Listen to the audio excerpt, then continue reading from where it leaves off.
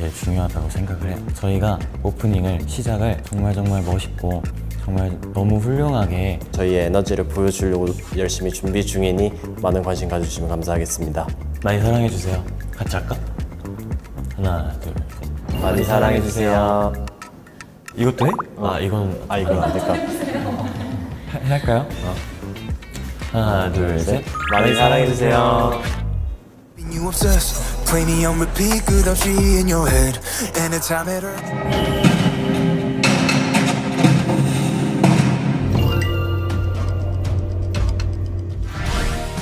안녕하세요. 윤별발레 컴퍼니 발레무용수 강경호입니다. 안녕하세요. 윤별발레 컴퍼니 발레무용수 이윤수입니다.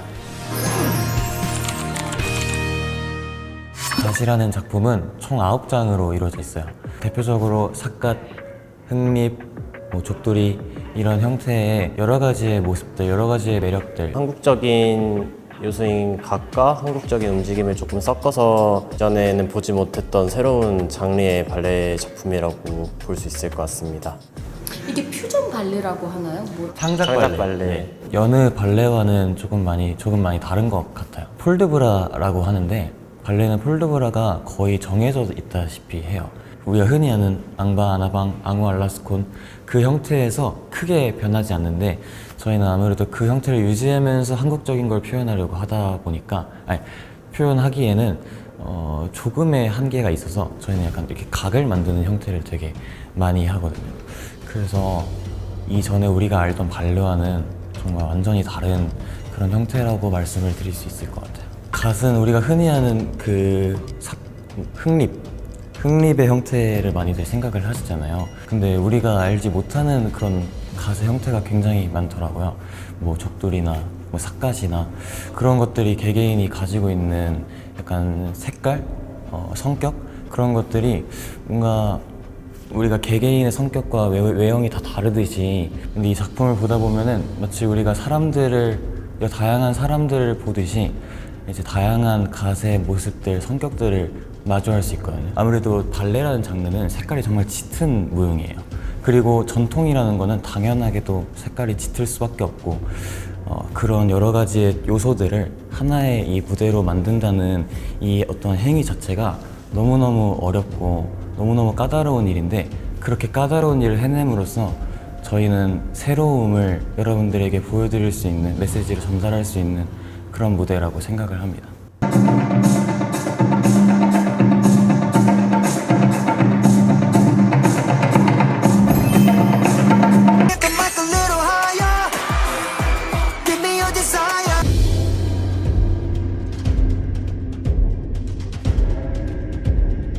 주변에서 그 캡처를 막 해가지고 너 아니야? 너 아니야? 막 이렇게 보내주시더라고요. 딱 처음 봤을 때 확실히 정말 저희와 많이 닮아 있긴 했었어요. 저희보다 훨씬 조각 같고 훨씬 미남이지만 그 5명이라는 형태도 저희의 남자 흑립과 굉장히 비슷하고 그 의상이나 약간 그런 구도 같은 것들이 되게 정말 흡사하다는 생각이 들었어요. 대형이나 구도나 의상이나 움직임이 주는 느낌들이 조금 되게 비슷하다고 느꼈었고 저희를 애니메이션으로 만들었나? 이 정도 생각은 한번 했던 것 같아요. 그래도 우리가 낫다. 비교할 순 없다.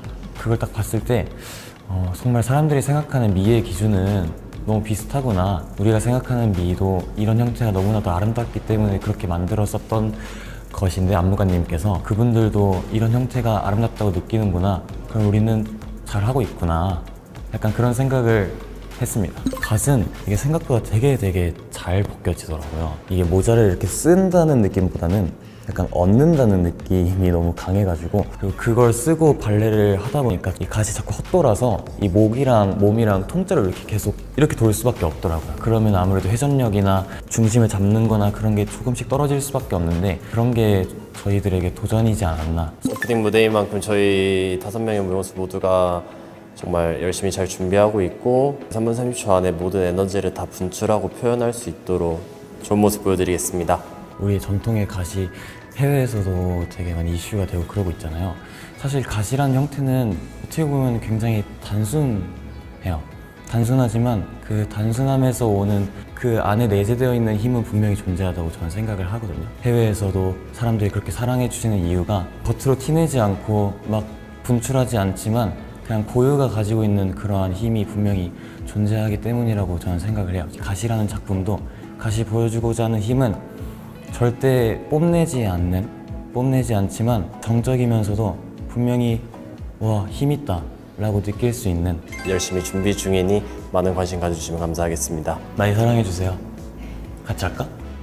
많이 사랑해주세요.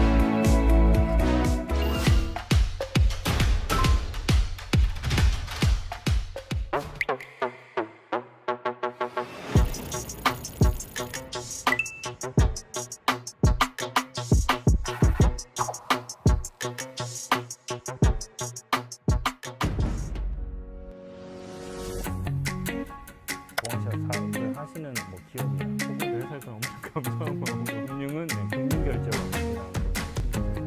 각 도메인 업스테이지 이활석 CTO님 모셨습니다. 안녕하세요. 안녕하세요.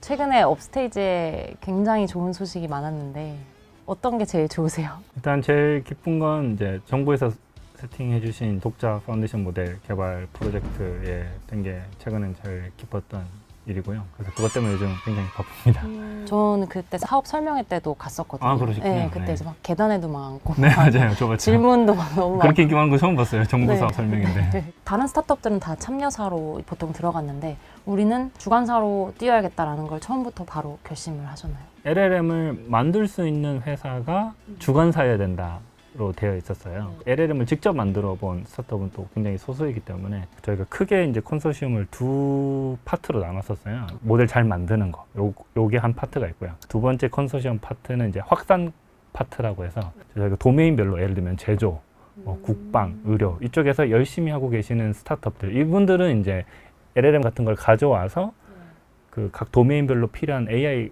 기반으로 한 서비스를 열심히 만들어서 사업을 하는 곳들이에요.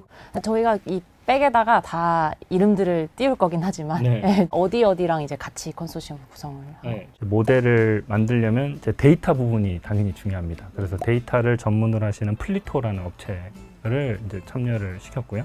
그다음에 모델을 만들 때 저희가 GPU를 워낙 많이 쓰잖아요. GPU 관련 매니징 하는 거를 이제 전문으로 하는 스타트업이 또 레벨업이라고 따로 있습니다. 이 모델을 좀 가볍게 만드는 거에 특화된 곳이 이제 노타라는 업체가 있습니다. 그다음에 확산 측면에서는 이제 뭐 국방 이런 제조 쪽은 마키나락스, 그다음에 의료는 뭐 뷰노라는 스타트업이 있고, 그다음에 교육은 이제 패스트 캠퍼스 운영하는 이제 데이원 컴퍼니 이렇게 있고, 금융은 금융결제원이라는 곳에서 참여해서 이렇게 각 도메인별로, 법률은 저희 로앤 컴퍼니 원래 협업 많이 하고 있다. 여기에 또 그 카이스트랑 서강대에서 LLM을 만들어 보시고 그리고 B2C향으로도 많이 해보신 그 연구 교수님들이 이제 같이 이제 이거를 만드는 게 전체 있고요. 지금 진행 상황은 어떻게 되는 건가요?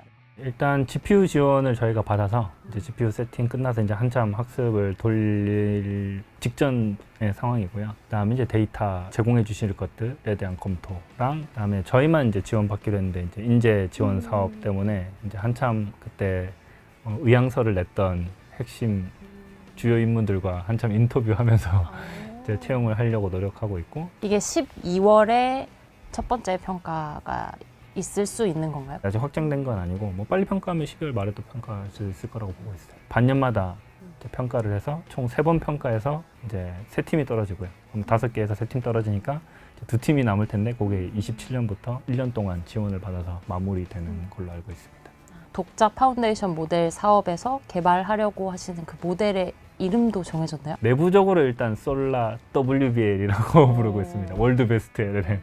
세계 최고가 되자라는 마음을 담아서 이제 솔라 WBL이라고. 업스테이지 컨소시엄이 만들고자 하는 모델이 네. 뭔지 설명해 주신다면? 아주 쉽게 설명하면 챗GPT 같은 모델을 순수 국내 기술로 처음부터 끝까지 다 만들어낸다라고 이해를 하시면 돼요. 특히 이제 한국어의 성능에 있어서는 좀 더 이제 신경을 쓸 수밖에 없는 것 같아요. 저희가 이제 언어별로도 여러 가지를 해보는데, 예를 들면 저희가 작년에 이제 태국어 특화된 모델을 만들어서 수출해 본 경험이 있거든요. 동아시아 언어에서는 뭐 한국어 포함해서 그 어떤 모델보다도 잘할 수 있는 모델이 나와주면 요거를 가지고 뭐 동아시아 사업을 하시는 뭐 기업이나 혹은 이런 뭐 번역도 요새 뭐 많이 하니까 이제 뭐 그런 거 포함해서 여러 가지 사업을 할 수 있을 것 같아요. 이게 한국형 소버린 AI라고 했을 때 사실 초반에 되게 비판의 목소리도 좀 많았고 네. 했는데 제가 생각할 때도 일반 대중들이 쓰는 그 챗GPT 서비스라면 경쟁하기가 힘들 것 같긴 하거든요. 산업별로 들어가서 쓰이는 거는 또 다를 수도 있을 네. 것 같거든요. 네, 그것도 뭐 설명을 드리면 여기 재밌는 부분일 텐데 저희가 그동안 뭐 법률 특화 모델 뭐 이런 거 의료 특화 모델 이런 걸 만들어봤고 만들고 있거든요. 의료로 예를 들어볼게요. 사람 몸은 다 똑같이 아프니까 뭐 감기 걸리면 치료법도 똑같을 거잖아요. 그래서 글로벌하게 통용되는 의료 지식이 한 85% 된대요. 근데 다른 부분이 15%가 있대요. 그럼 이 다른 부분이 뭐냐면 한국인의 평균 체형, 뭐 평균 뭐 혈액형, 키, 몸무게 이런 거 다를 수 있잖아요. 식습관도 다르다 보니까. 그런 걸 반영을 해줘서 이제 달라지는 부분들이 있다고 합니다. 이제 모델 성능이 전부 다 올라가고 있기 때문에 어느 순간 다 85% 수준을 찍게 되면 그 이상 올리려고 했을 때는 사실 어느 정도의 다 로컬라이징이 필요한 거죠. 이제 글로벌 공용된 지식보다는 이제 한국 상황에 맞는 어떤 데이터들이 더 들어가줘야 그러면 한국 분들이 쓰실 때 얘보다 낫다 이런 얘기가 이제 나올 것 같아요. 그 AI의 지식이나 이런 배경 설명이 잘 이제 없는 분들을 위해서 업스테이지 기업 소개를 한다면 짧게 부탁드립니다. 10월 5일이 딱 창립 기념이라서 이제 만 5년 된 B2B 회사고요. 현재 C레벨 3명 다 이제 네이버 출신인데 이제 네이버 때 열심히 AI를 했고 결과들을 많이 만들어냈는데 기본적으로는 AI 기술을 처음부터 잘 만들어서 기업들이 이제 AI를 쓸 때 조금 도움이 되고 싶다라는 마음으로 사실 출발을 했어요. 기업에서 AI를 도입할 때 사실 효율이 제일 좋은 게 백오피스에서 문서를 다루는 일을 AI로 대체를 했을 때 훨씬 효율을 많이 느끼세요. 그래서 저희가 이제 다큐멘트 AI라고 문서 이미지를 잘 이해하는 게 있고요.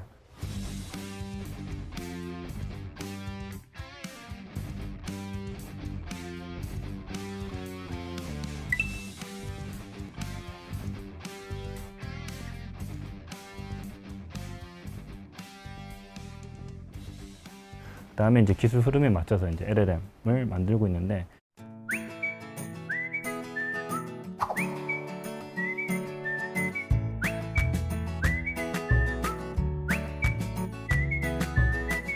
솔라2 프로가 이제 글로벌 AI 평가 기관에서 12위를 한 거죠.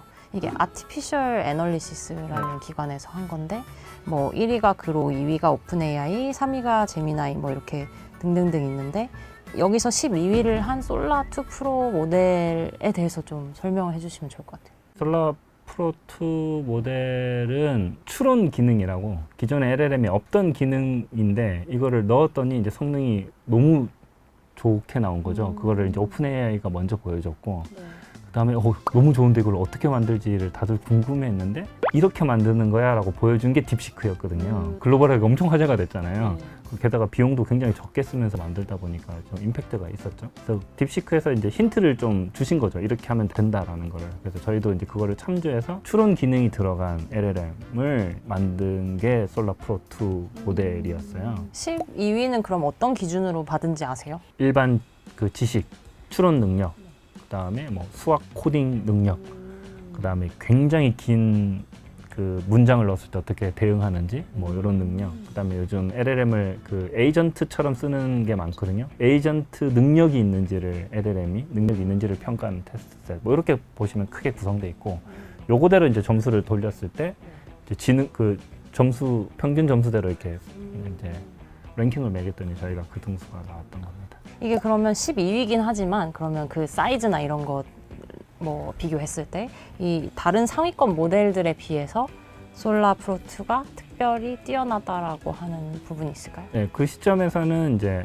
가성비가 좋다라고 거기에서도 이제 인정을 해줬으니까 모델 크기가 작으면 뭐 쉽게 생각하면 값싼 GPU에 올릴 수 있고 그러면 똑같은 답변을 할 때 비용이 얼마 드느냐 이런 걸 이제 계산을 할 수가 있을 텐데 예를 들면 1000비 뭐 이런 거보다 30비하면 작으니까 훨씬 이제 비용이 적게 답을 할 수 있죠. 그래서 가성비가 좋다라고 이제 평가를 해주셨고 때마침 그거를 이제 앨런 머스크 형님께서 그 리트윗을 하시는 바람에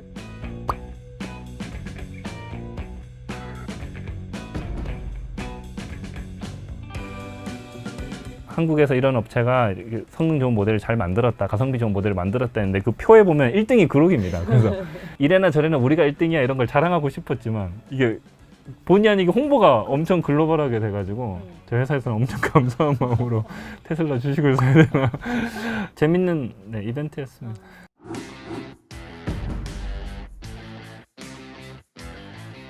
저희가 이제 튼튼히 잘 가고 있다라는 그런 걸 잘 봐주셔서 저희가 투자도 사실 굉장히 많이 받았고 뭐 누적 한 2천억 투자 받았거든요. 근데 이번에 최근에 이제 투자 받았을 때 이제 AWS랑 AMD 이제 글로벌 빅테크들이 들어오셨는데 특히 AWS는 아시아 최초로 스타트업에 투자한 게 저희 회사인 거예요. 거의 투자를 안 하시는데 열심히 하고 있다는 가능성을 보시고 이렇게 투자를 받을 정도니까 어느 정도 뭐 기술력이나 이제 회사의 성장 잠재력이 있다고 이제 어느 정도 인정을 받은 것 같아서. AWS는 어떤 걸 제일 인상 깊게 본 것 같으세요? AWS는 저희가 하고 있던 이제 다큐멘트 AI의 확장 가능성이랑 특히 저희가 일본 지사도 있거든요. 근데 일본에서 이제 문서가 오프라인 문서들이 많다 보니까 요즘 또 일본이 AI를 많이 정부에서 푸시를 하고 있어요. 그러면 이게 AI를 돌리려면 어쨌든 디지털화가 돼 있어야 되는데 여기 기술들이 좀 많이 필요하거든요. 한국이랑 느낌 다르게 한국은 많이 디지털화 돼 있는데 일본 아직도 문서도 많이 오프라인 문서도 많이 쓰시고 문서 타입도 굉장히 특이한 문서들이 일본 메뉴판 보시면 뭔가 많이 다르잖아요. 미국 메뉴판. 네. 그래서 그런 게 또 다 인식이 되고 이래야 되다 보니까 좀 고도화된 다큐멘트 AI가 필요한데 이제 그런 측면. 그다음에 저희가 LLM이 아까 얘기한 대로 이제 동아시아에서 좀 잘 되는 모델이 나와주면 아시아 쪽에서 뭐 중국 업체를 제외한다면 좀 도드라지는 LLM 업체가 없긴 해요. 스타트업 중에서는. 그래서 동아시아 시장을 같이 좀 뚫어볼 수 있는 파트너로 생각을 해주신 것 같아요.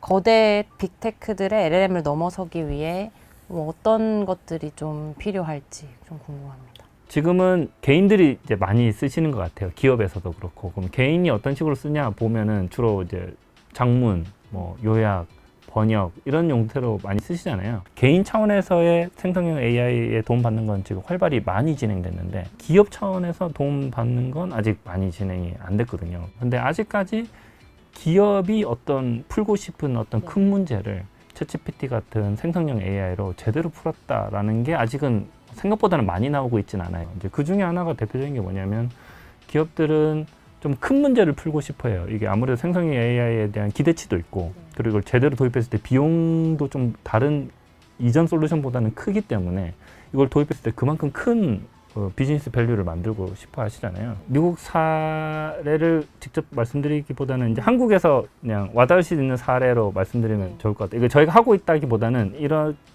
이런 느낌의 사례들이다라고 얘기를 드리면 실손보험 청구하실 때 서류 많이 내잖아요. 그러면 기존에는 업무 플로우가 어떻게 됐냐면 주민등록 등본, 진료비 영수증, 이렇게 한 10종을 맨날 헷갈려요. 10종을 이렇게 내시죠? 네. 그러면 앞에서 이거 10종 문서를 영업 창구에서 받아서 이거를 스캔을 다 뜹니다. 그러면 분류를 하고 그다음에 각 이미지별로 사람이 보고 타이핑을 합니다. 그다음에 그 타이핑된 정보들이 이제 데이터베이스에 모여서 그럼 이 사람한테 뭐 진료비 청구를 한다, 안 한다. 하면 얼마 금액을 한다 이런 판단을 하거든요. 지금은 보험업이 어떻게 돌아가냐면 요 하나하나를 AI로 바꿔가고 있는 과정이에요. 그럼 예를 들면 저희 회사 다큐멘트 AI가 문서 분류를 기가 막히게 잘해. 그럼 요거를 딱 도입을 하세요. 그러면 문서 분류 자동으로 되니까 너무 좋아. 그럼 효과를 보시겠죠? 그다음에 사람이 보고 타이핑하던 거를 다큐멘트 AI로 했더니 자동으로 사람만큼 잘 입력을 해. 입력을 되겠죠? 요까지도 저희가 지금 커버를 해요. 그럼 요 정보가 모여서 그러면 그 실손보험 판단하는 것까지 해보고 싶어. 이러면 이제 LLM이 들어갑니다. 실제 보험 청구해서 이제 계좌 전송하는 것까지 이 전체를 다 그냥 하고 싶어 하세요.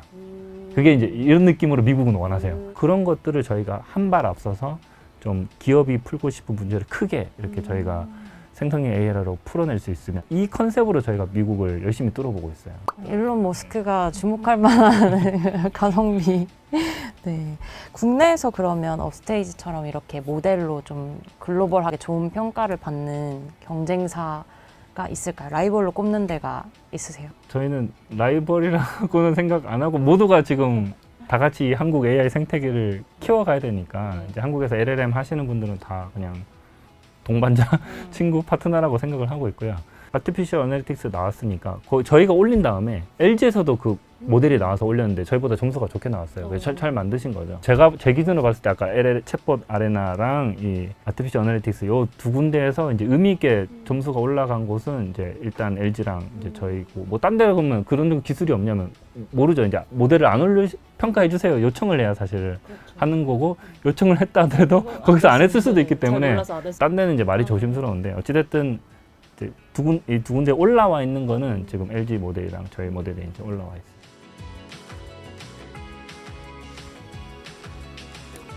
AI랑 같이 살아간다.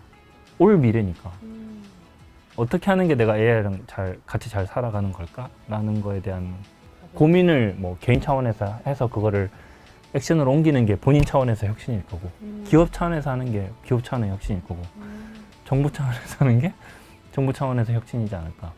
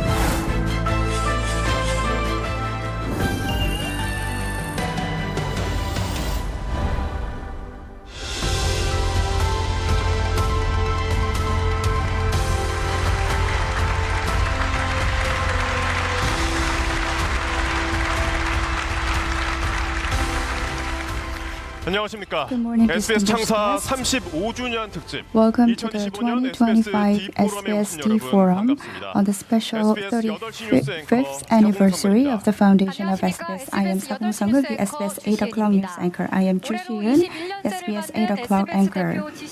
The 21st SBSD Forum, a representative non-profit project of SBS for knowledge sharing, presents important issues we should never miss, along with an opportunity to have public discussion with world-renowned experts. This year, the topic of SBSD Forum is Redesigning the Zero Era, Rewriting Innovation. With intensifying US-China competition, the international order is being reshaped in an unpredictable way, and AI transition became a critical agenda to determine the fate of a nation. We seek to explore Korea's competitiveness and its path forward in the Zero Era. Then let me invite Mr. Bang Moon-shin, the CEO of SBS, for an opening address for SDF 2025. Please welcome him with a big hand.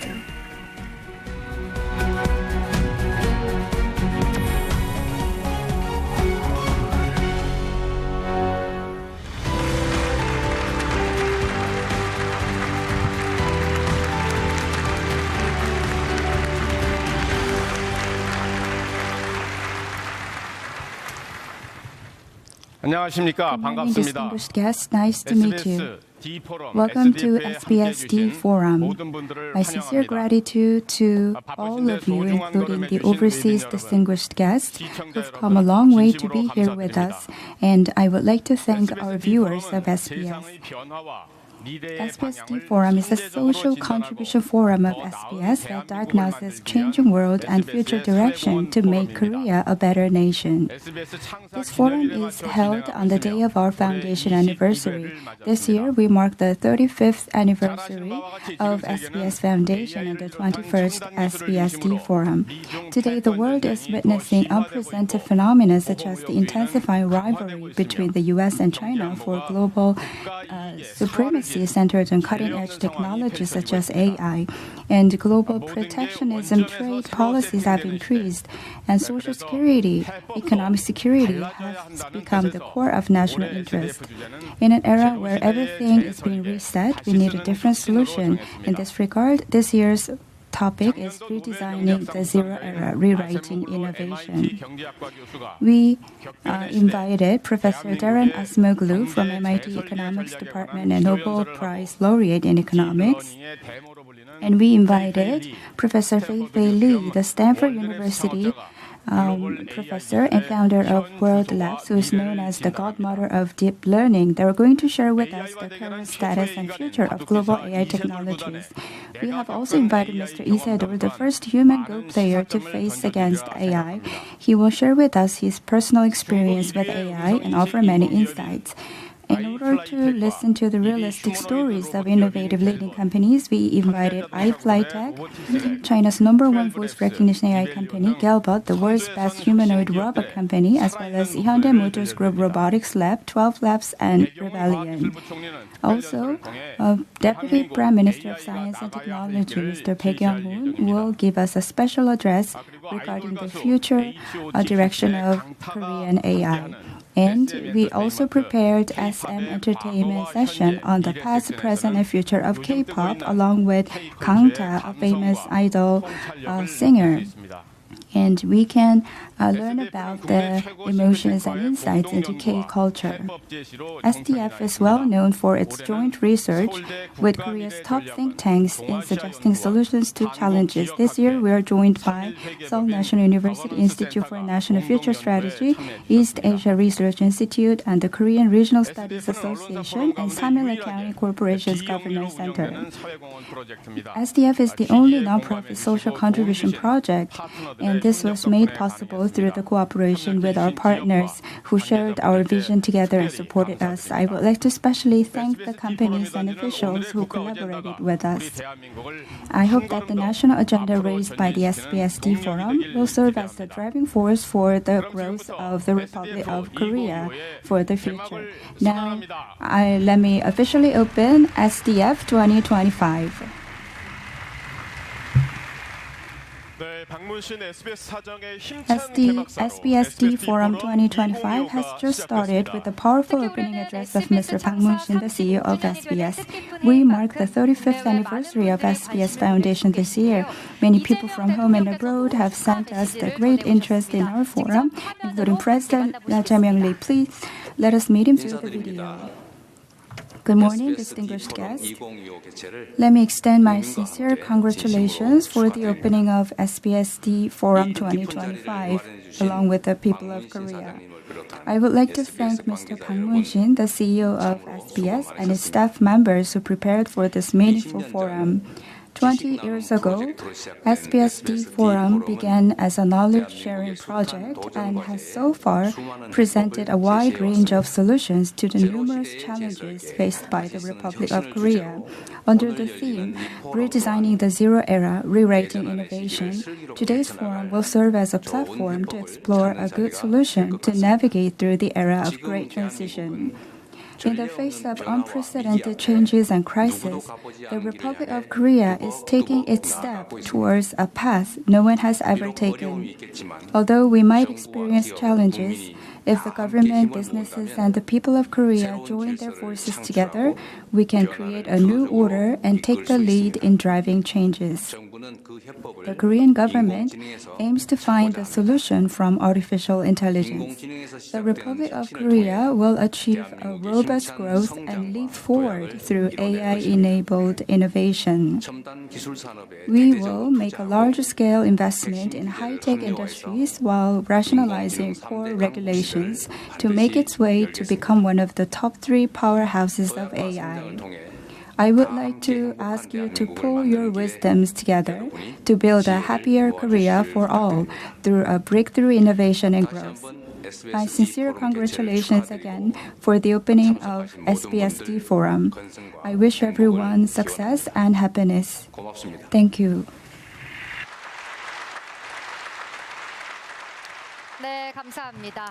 Thank you. That was the congratulatory message from the President, adding even more meaning to SDF 2025. Thank you so much.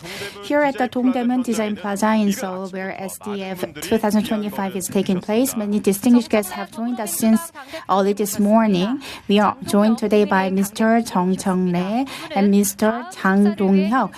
Both leaders are currently standing by backstage, preparing to deliver their congratulatory remarks. We will be inviting them onto the stage right after the introductions of our distinguished guests. For the live broadcast, let us begin introducing our distinguished guests from the front row on the left. We have Cho Sung-rae, Secretary General of the Democratic Party of Korea, Mr. Park Soo-hyun, Senior Spokesperson of the Democratic Party of Korea. And we have Lee Min-ju from Secretary for National Public Relations has joined us, and Mr. Kim Hyun, Secretary of the Democratic Party, and Mr. Kim Young-hwan, the Chief Secretary for Political Affairs, and Kim Woo-young, Member of the National Assembly.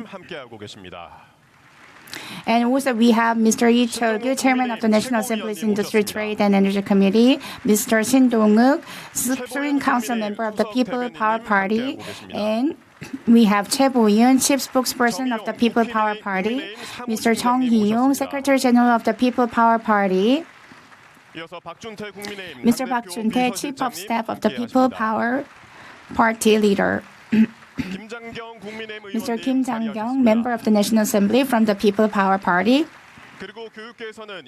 From the education sector, Mr. Im Tae-hee, Superintendent of Gyeonggi Provincial Office of Education, Mr. Lee Sang-hee, Member of the National Assembly,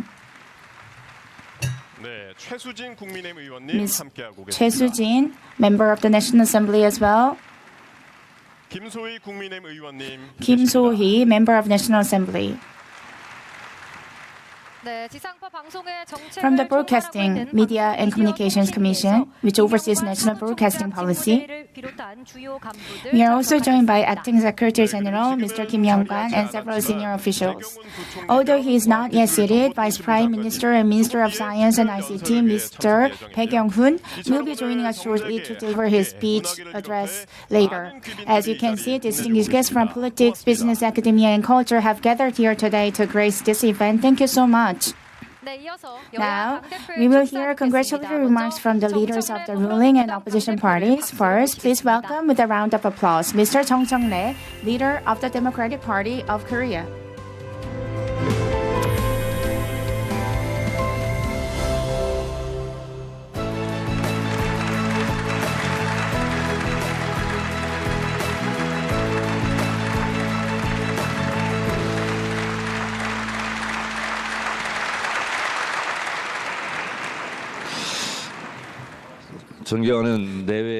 Distinguished guests, ladies and gentlemen, good morning.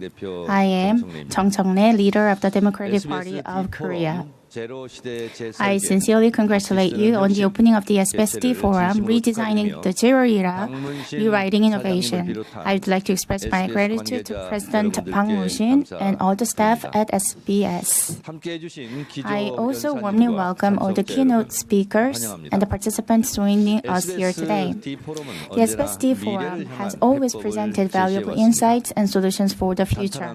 Looking at the solid lineup of this year's program, I am confident that this forum will once again become an important opportunity to accelerate innovation in the Korean economy. Distinguished guests, as today's theme suggests, we are standing before a great challenge, the so-called zero era. From tariff wars to the global race for technological dominance, everything seems to be starting anew, unpredictable, and uncertain. Yet, should we see this global restart as a disadvantage for us? I don't think so. We once caught up with the industrialized world a century ahead of us. If we start again on equal footing, there is no reason why we cannot lead this new era. The Republic of Korea has become a powerhouse in both the internet and culture. Our nation, built upon democracy, thrives on creativity, passion, and cooperation, those values that make us among the best in the world. President Kim Dae-jung once said that democracy stands behind the growth of Hallyu and K-culture. As Professor Darren Asimoglu emphasized, democracy must function well for economic growth to follow. Through the power of cooperation, we will achieve a sustainable and inclusive economy. Under President Lee Jae-myung's administration, Korea is rapidly restoring democracy and advancing toward its goal of becoming one of the world's top 3 AI nations. With our great people, strong businesses, and a trustworthy government, that path will surely open before us. The Democratic Party of Korea pledges to take the lead on that journey. Once again, I congratulate everyone on the successful opening of the SBSD Forum.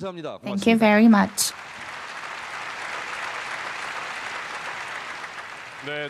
Thank you to Jung Chang-rae, the leader of the Democratic Party of Korea, for his congratulatory remarks. Next, we will hear congratulatory remarks from Jang Dong-hyuk, the leader of the People Power Party. Please give him a big hand.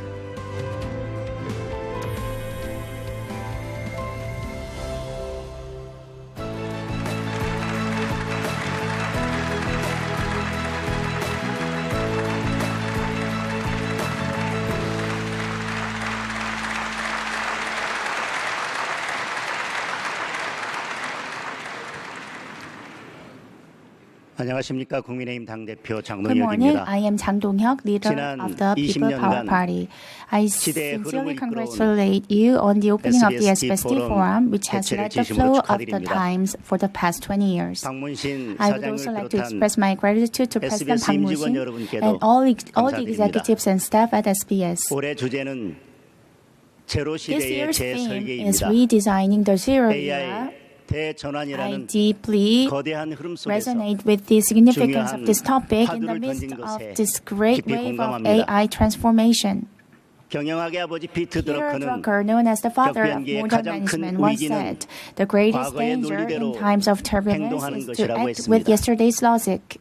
우리가 마주한 제로 The 시대는 zero era we now 위대한 face reminds us that 한강의 기적을 it is 이뤄낸 time to move 과거의 beyond the success 성공 stories of the 신화를 past, 깨고 including the miracle 새로운 on the Han River, 성장 and 공식을 design a new formula 설계해야 for 할 growth. 때임을 일깨워주고 있습니다.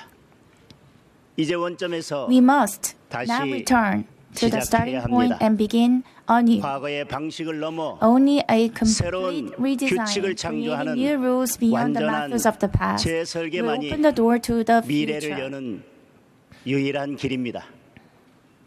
다행히 대한민국은 Fortunately, the 막다른 Republic 위기에도 of Korea 산업화, possesses IT a 강국, DNA of innovation, K one that 컬처의 has 새로운 길을 carved 개척한 new path through 혁신의 industrialization, DNA를 가지고 the rise 있습니다. of an IT powerhouse, and the 이제 이 global 저력으로 expansion of K culture, 낡은 even in the 구조와 face of crisis. 구식 Now, with this same 격파해야 drive, we 합니다. must dismantle outdated systems and 정치도 obsolete regulations. 과거의 논리를 넘어 Politics too must move 혁신의 beyond the logic of the past 엑셀러레이터가 and become an 되어야 accelerator 합니다. of innovation. 국민의힘은 The People Power 제도, Party will 인프라, fully support 인재 양성, Korea's rise as a global 전산망 AI 안전 등 powerhouse 다양한 through 분야에서 policy, infrastructure, AI 강국 talent 도약을 development, and the safeguarding of 뒷받침하겠습니다. our digital networks. 새로운 미래를 여는 The 길에 role of the media 언론의 is 역할 also 또한 crucial 정말 in opening the path 중요합니다. toward this new future. 이번 I 포럼이 hope 다시 that this 쓰는 forum 혁신의 will become a 새로운 new milestone in 이정표가 되기를 rewriting 바랍니다. innovation. 감사합니다. Thank you.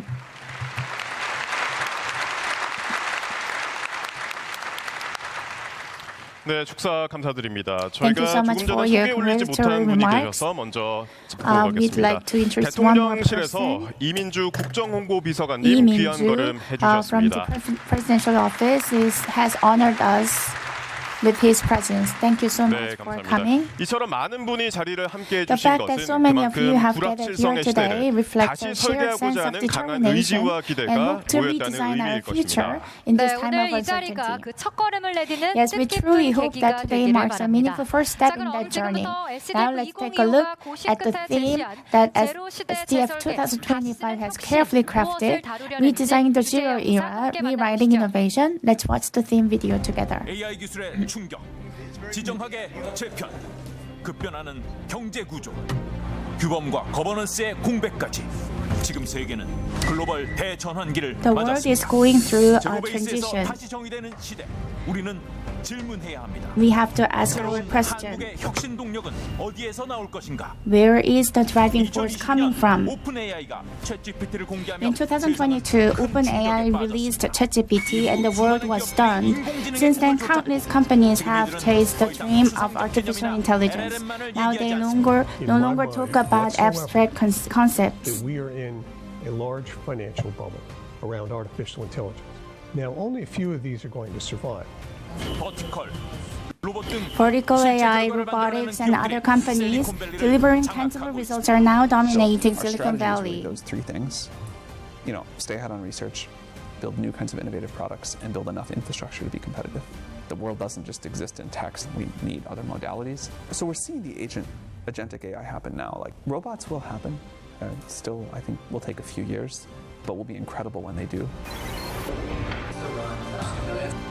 Yeah, you just put this on your head, and the quality of teams are here, and how much work ethic there is insane. The user doesn't care what LLM it's running on. The user doesn't care how much it costs. None of that. What they care about is whether the end-to-end system delivers real value to me on a daily basis. I wasn't so confident. Yeah, it's very impressive.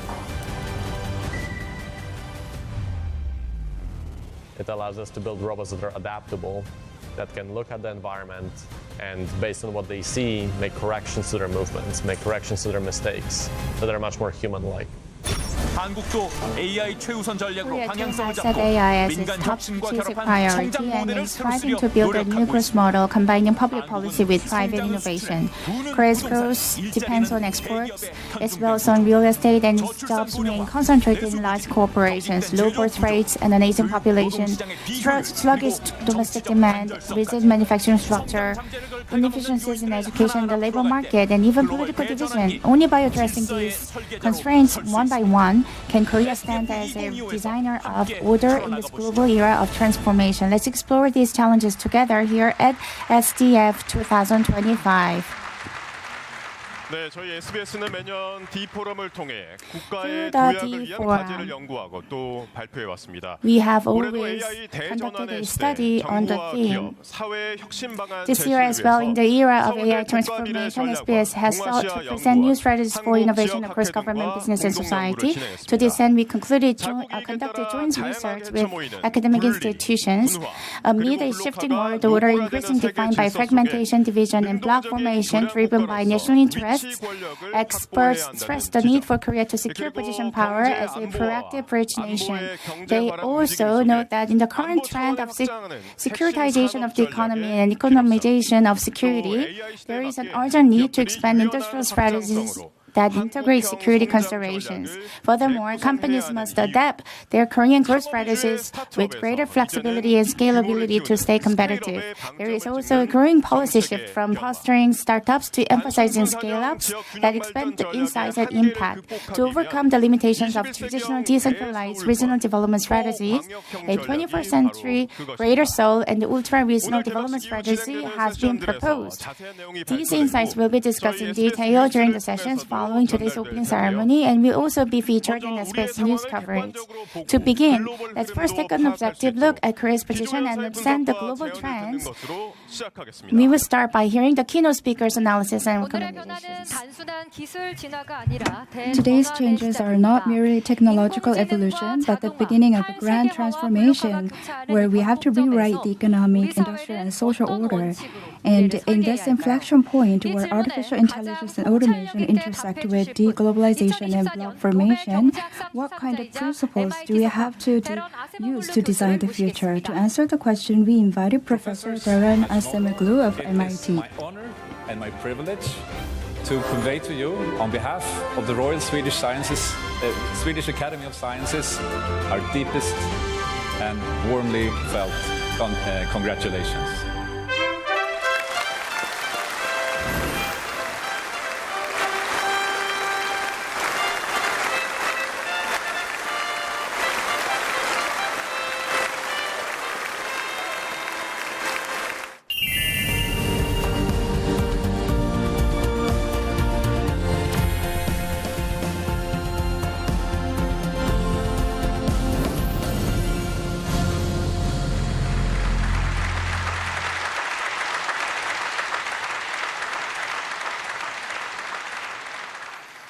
네, 대런 아세모글루 교수님, It's my 안녕하세요. pleasure to be with you, Professor. It's my pleasure to be with you. Thank you. 네, 이렇게 직접 뵙게 되어 영광입니다. 교수님 I'm 오늘 honored to 어디에서 meet you. 저희와 May I 함께하고 ask where you 계시나요? are while meeting with us today? Cambridge, Massachusetts, at MIT. 네, 지금도 학교에 계시는군요. Yes, you are 자, 그럼 still at 지금부터 school. AI I 시대 would like to 경제를 ask you 어떻게 for your 재설계해야 profound 하는지 insights 대런 into how we 아세모글루 should 교수님의 redesign 깊이 the 있는 economy in the 통찰 age 청해 of 듣도록 AI 하겠습니다. through your 교수님 lecture. 강연부터 시작해 Could 주십시오. you please go ahead with your lecture? Well, I was going to talk about turbulence. I think that's the one word that comes to my mind as most apt for the age we live in. AI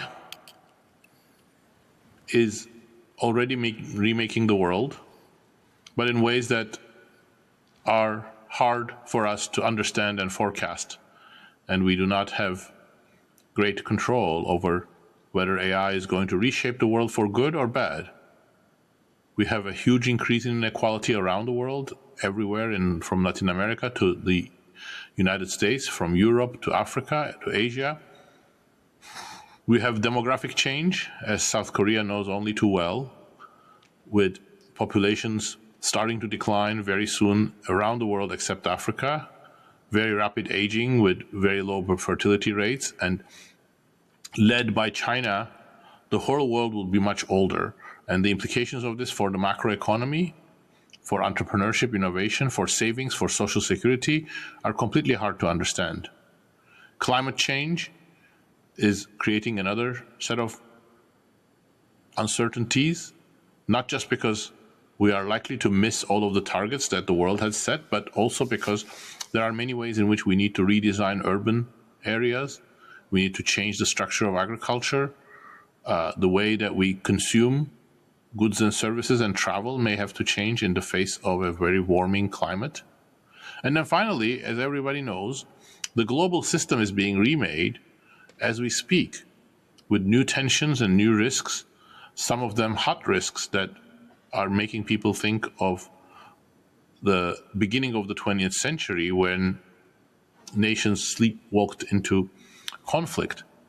So this number of big uncertainty events is completely unique. And I'm actually surprised that more policymakers and more stock market analysts are not really panicking in front of this amount of uncertainty. However, I also want to sound a note of optimism, or at least hope. All of these challenges can be handled with societies that have strong institutions and use technology correctly. And AI, in fact, provides us a platform for rising to the challenges of many of the developments that I have mentioned, perhaps with the exception of the geopolitical risks and turbulences. AI, in fact, is a very broad technology. It is a platform rather than a specific way of doing things. And AI can be helpful in reshaping the economy, dealing with an aging population, providing new goods and services for a changing demographic as well as a changing energy consumption and changing climate. And in fact, it is even possible that AI could help us reduce some inequalities. I will try to explain how, but let me start with the bad news. The bad news is that AI currently is likely to add to our troubles rather than be a solution to them, because it is being developed in a way that's unhelpful for the main challenges that we face. And to clarify that, I'm going to talk about the different ways in which we can use AI and the different approaches that we need to take to AI in the United States, but also around the world. But to lay the scene, actually, I want to first talk very briefly about demographic change, because I think we can learn quite a bit from the experience of several countries that have already started undergoing a very rapidly aging population, including South Korea, Japan, and Germany. Many macroeconomists forecasted 10 years, 15 years ago that this would be a disaster for South Korea, it would be a disaster for Japan or Germany, that such rapid aging would be associated with less growth, more imbalances. But actually, when you look at data, aging countries have grown faster, if anything. How did that happen? I think South Korea, again, illustrates this very well.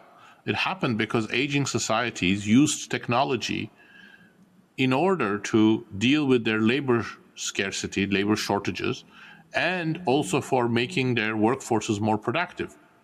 It is inconceivable that South Korea, Japan, and Germany would be the leaders in the global automotive industry if it wasn't for robotics, because they would not have the workforce of young, able-bodied workers to fuel economic growth led by the car manufacturing industry, but instead, because they made such forward-looking investments in robotics, they were able to ride the wave in a very different manner and in fact benefit both becoming the main exporters of cars and rapid productivity growth that they experienced in that sector and in related sectors such as chemicals, steel, and other heavy industry, machinery, and so on.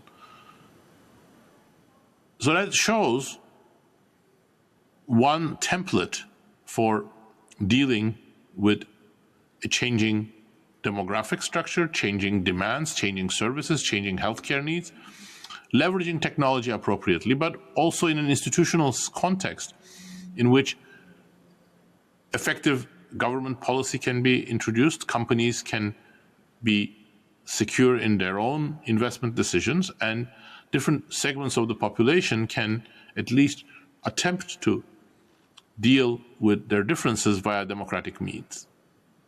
So that's why I emphasize institutions and I emphasize technology. And in the rest of my talk, I want to discuss how AI provides us opportunities and why those opportunities are being squandered. And the best way to start that, in my opinion, is to go back to the founding years of artificial intelligence and, in fact, computer science in 1949. 1949 witnessed the emergence of two very different visions about AI. One, led by the brilliant British mathematician Alan Turing, which is now memorialized in Hollywood movies, started with Turing's ideas on computation and how the human brain as a computational machine could be mimicked by other computational machines, such as computers. This was an agenda of computers becoming more and more human-like, and then ultimately it morphed into the artificial intelligence field, which was started in the early 1960s. This approach is always adjacent to automation, because if machines, just like the human brain, are computation tools, and they get better and better, at some point they should take more and more tasks away from humans. That's what we mean by automation. The substitution of algorithms, machinery, and capital for tasks that otherwise humans used to perform. There's nothing wrong with automation. It has saved us from some backbreaking work, and it has sometimes been an engine for productivity improvements.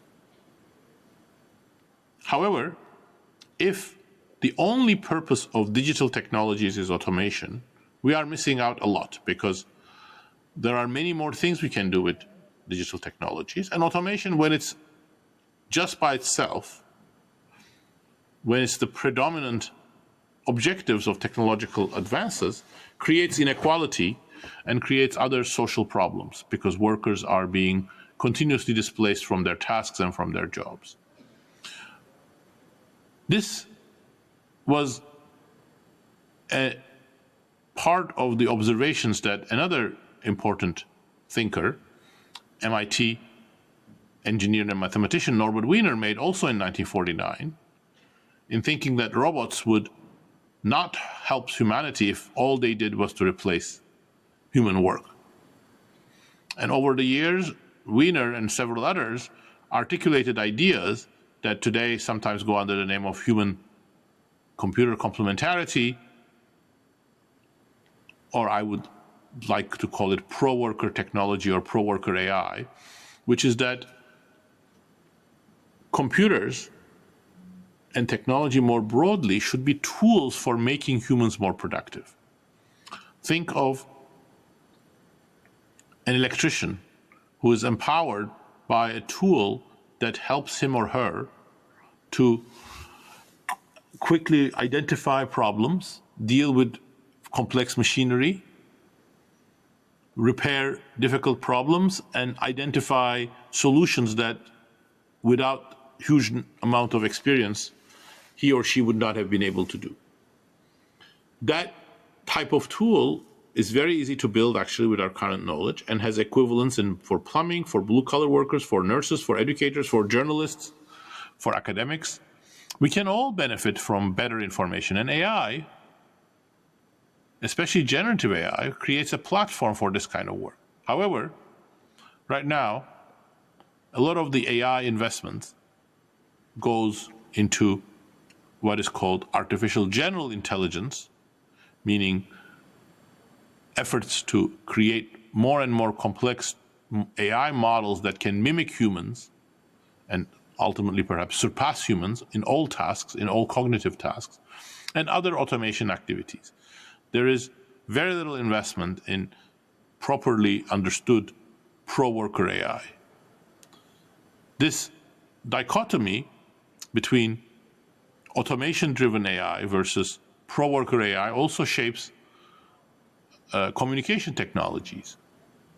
If you have communication technologies that are based on surveillance, monitoring, and feeding people information that is centralized in the hands of a government, a communist party, or large corporations, that isn't pro-worker or pro-human. On the other hand, if you provide people with AI tools so that they can shape their own news diet and they can improve their own secure communication, that's a very different direction. Now, why is it that I am linking this kind of AI to the turbulence that we are experiencing and these foundational challenges that I outlined? Because ultimately, each one of these requires technological solution. Climate change is all about transition in the energy sector and new urban design, which is a technological solution. Inequality is about how technologies are affecting workers versus managers versus college educated and less educated workers. As I've explained, demographic change and population structural changes will necessitate dealing with labor shortages and making existing workers more productive. In all of these cases, AI can be a huge help.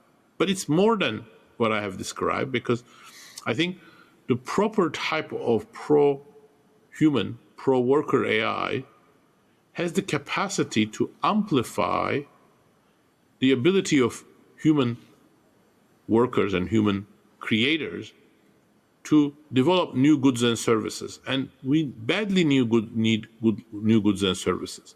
A new urban structure will require lots of new goods and services, new financial tools, new ways of delivering services. A demographic change is a recipe for new goods and services, because we're going to have an older population which will want to consume different things. It will need more healthcare. It will need support for lifetime learning.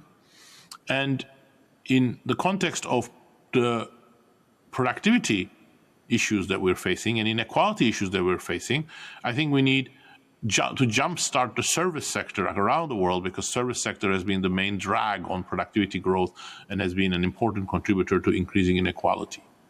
So in all of these cases, if we can use AI as a tool for humans to become more creative, better at problem solving, better at coming up with new things to try, it opens up huge possibilities. And in fact, that's the inspiring possibility. Today, everybody remembers the Ford Motor Company, not because Henry Ford found a way of cutting costs. He created a mass market production system when none existed. He used new technologies, in this case electricity and new electrical machinery, together with human ingenuity to kickstart a completely different way of undertaking production. You couldn't do that just with automation. And AI, on the other hand, is an ideal tool for these kinds of new experiments. So if we use AI in this way, I think the possibilities are quite inspiring. But then the question is, why is it that it's not being done? And what does this imply for countries around the world, including South Korea? Well, let me explain why it's not being done and why we're going into this dead alley of artificial general intelligence and ceaseless automation.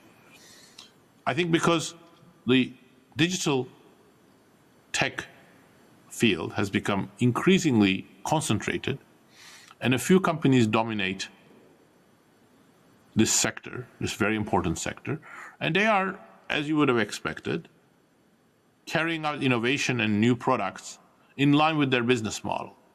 These companies have business models that are based on either digital ads, so monetizing people's data, or selling tools, software tools for automation to other companies. And neither of these business models clearly mesh with these pro-worker possibilities. For example, the kind of pro-worker AI that I am envisaging requires much more reliable models, domain-specific models, domain-specific data, human expertise being combined with data, and trying to find new ways of creating goods, new services. I don't think this is going to happen under the leadership of the big 7 companies in the United States. Nor competition is likely to take us in this direction easily, because the field has become very non-competitive. There are startups, but startups, if they are successful, are bought up by the same large companies. So this is also exacerbated by an ideological bias in the tech industry, which over the years, over the last few decades, has come to view reaching human parity or making AI models and digital technologies more and more human-like as an objective. That has its roots in the increasing dominance of the vision that I described at the beginning due to Alan Turing and other AI pioneers over the 1950s and 60s and 70s. It gets a boost from the media, from Hollywood. It is interesting to think about how machines can become very powerful and human-like, and all of these things make the pro-worker agenda less attractive for young startups to delve into. But this is where the rest of the world comes in. I think if the US is not going to be the leader in doing pro-worker AI, I think countries such as South Korea, India, and others could fill that void.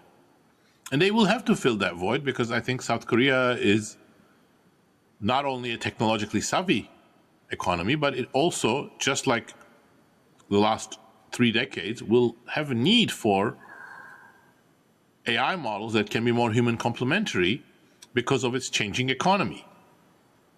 So I think this calls for a more global approach to AI, and each country can have an important role, because we need more diversity in the approaches to AI and the AI technologies and the experiments we undertake with AI. Most importantly, I think all of this needs to be undergirded by the right institutional setup. Democracy is currently under threat. And we've seen that everywhere. We've seen that in South Korea. We've seen that in the United States and Europe. But we have also ample evidence that democracy is the best system for finding ways for people to compromise, and it's also much more encouraging to new innovation. Democracy, I think, will have a very hard time if AI becomes very powerful and all data and all computational power is concentrated in the hands of a handful of companies. And that's why a global approach that brings the institutional solutions to the fore, creates more competition, creates more diverse ways of using AI, but all undergirded by a general democratic governance system, could be our ticket out of the current conundrum. And the turbulence that we are experiencing right now could be not just a problem for us, but could be the beginning of a new set of dynamics in which AI technologies take a very different path than what they have done before. And in this way, they can help solve problems for humanity. And ironically, they can also reduce inequality. if AI goes in an automation direction, it will increase inequality because as more jobs are eliminated, people who lose their jobs are going to lose their economic earning capacity and they're going to lose their social status. On the other hand, if you have the pro-worker AI tools that I mentioned, you make electricians more productive, you make nurses more productive, you make plumbers more productive. As a result, you're going to have to pay more to these occupations. And since those occupations have been on the losing side in pretty much every economy over the last several decades, that would actually be a force towards greater equality. AI that goes in a pro-worker direction can also give us a big boost of productivity. Automation can increase productivity, and many people are banking their hopes on AGI, artificial general intelligence, and other sort of advances of that same form that will enable AI models to perform more and more tasks. But we are also seeing that integrating new automation technologies into existing organizations is difficult and slow. And even when you do it, it's not going to give a big productivity boost. Because at the end, you're just automating some tasks and you're doing 20, 30% cost savings. That's not going to amount to a productivity revolution. If, on the other hand, you use AI to make workers more productive, you use AI to make new services and goods possible, and you use AI in order to kickstart productivity growth in the service sector, for example, in healthcare and education, that could be a game changer. The final thing I want to say, and again, it links it to the global context, is that the current automation-focused or artificial general intelligence-focused approach to AI is also contributing to global imbalances and risks. Because there is this view that whoever controls AI is going to have a major strategic advantage or military advantage. And as a result, it has made US-China rivalry into a true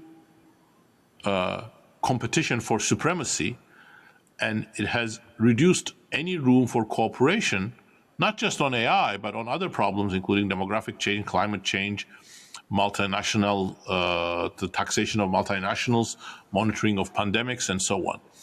So pushing AI, steering AI in a more pro-worker direction actually would also contribute to global peace. But I want to conclude now by coming back to the institutional context. Institutional context is key. If democratic institutions start collapsing, people are not going to have the confidence to make forward-looking investments.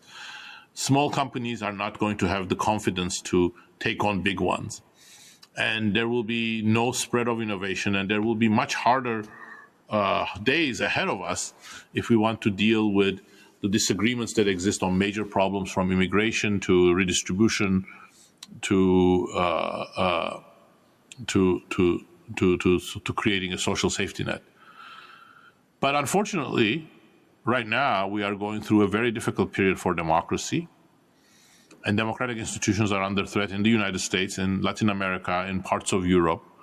So it is imperative that during this tumultuous times, we also support democratic institutions. And that I think there is a lot of democratic energy around the world, as we saw in South Korea last year. But again, AI complicates things, because with AI-powered social media and AI-powered surveillance, dissent is becoming harder as well. So there's a catch-22 situation. We need better institutions in order to steer AI and to deal with our major challenges. But on the other hand, AI is making democracy and institutions more vulnerable.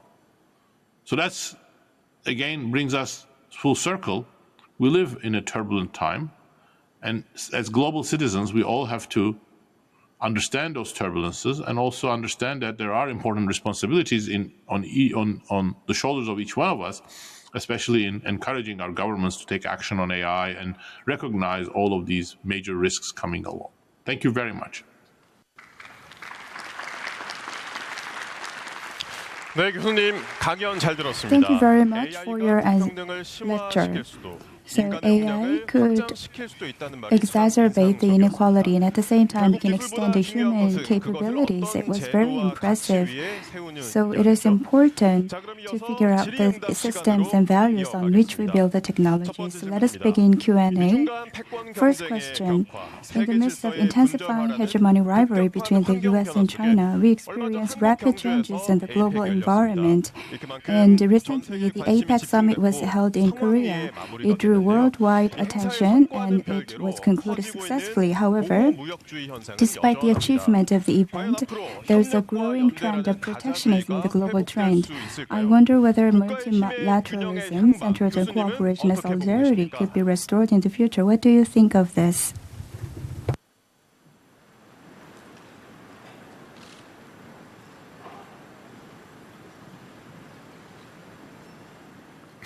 Well, multilateralism is not an option. We need it.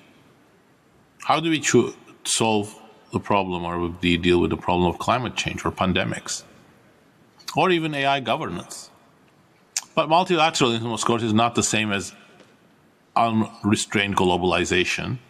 I think globalization over the last 4 decades has some successes but also failures. We chose a particular type of globalization that disadvantaged labor in front of capital and created tax evasion and tax arbitrage opportunities for multinational, powerful multinationals, and therefore globalization contributed to inequality. I think we need to think about how to write the rules of global trade in a way that's also fair for labor and consistent with job creation. And that could be one of the important triggers for the right kind of multilateralism. But also recognizing that there is a path of AI that is different from artificial general intelligence would also help multilateralism. I think multilateralism is very hard if everybody in the US government believes that they have to destroy China and everybody in the Chinese government believes that they have to destroy US supremacy in technology. So I think a more pragmatic approach to AI would make multilateralism more likely as well. But also, we should not identify multilateralism just with a bipolar world of China and US. Multilateralism also requires Europe to be at the table and play an important role, and countries such as South Korea, Mexico, India, that are outside of Western Europe, China, US, to play a very important role in both AI technologies and the rules of global trade. However, now that multilateralism is faltering, export-driven manufacturing-based economies like Korea are being called upon to make a new strategic shift. Then, in your view, what areas should our economy prioritize the most in restructuring the strategy? Well, I'm not an expert on South Korea, but when I look at the last 4 decades of South Korean economic growth, I see huge success in manufacturing and exports, but less success in services and domestic-facing industries. So I think an important step for South Korea would be to increase competition and increase productivity in services. And again here, AI could be very helpful. AI is not just relevant for manufacturing for the South Korean economy, but really in rationalizing education, healthcare, service delivery, and so on. And this is actually really true also for the United States. If you look at US statistics, productivity growth in the United States has been held back by education and healthcare. And if you can have a productivity boom in these sectors, and AI could again enable that, will not necessarily on its current path, but it could, with the kind of change in focus that I'm suggesting, then it could really be a big boon to aggregate productivity growth for all sorts of countries, South Korea and US included. 네, 그리고 미중 간 기술 패권 And you 경쟁은 더 have 심화되고 noted that the 있습니다. US-China 교수님께서는 competition 이런 over technology 흐름이 hegemony is 동맹 likely to 관계에도 affect 큰 영향을 alliance 미칠 거라고 relationships. 전망하셨는데요. 특히 한미 How do you 동맹은 think 앞으로 this will 어떤 영향을 affect the 미칠 것으로 Korea-US 보시고 alliance, and 한국은 how do you 어떤 think 전략으로 Korea 대응해야 should respond 최대한의 to 국익을 best 가져갈 수 serve 있을까요? its national interest?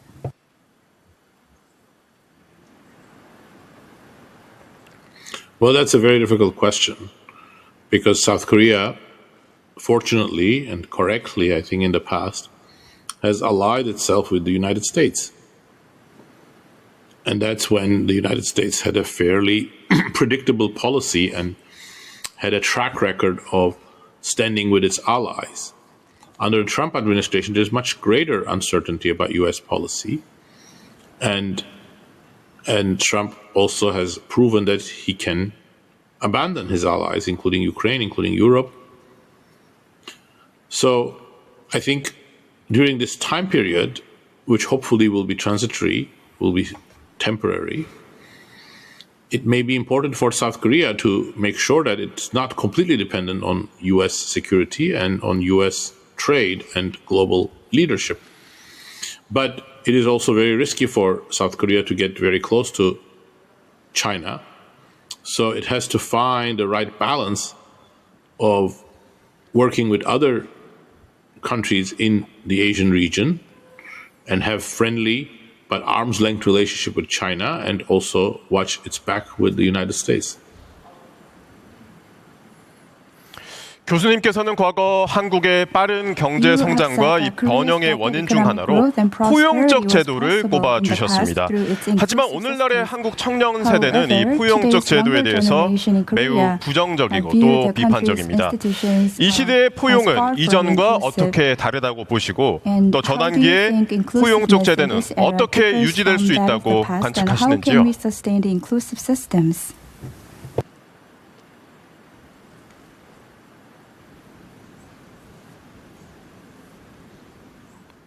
Well, I think no country is perfect, and neither is South Korea.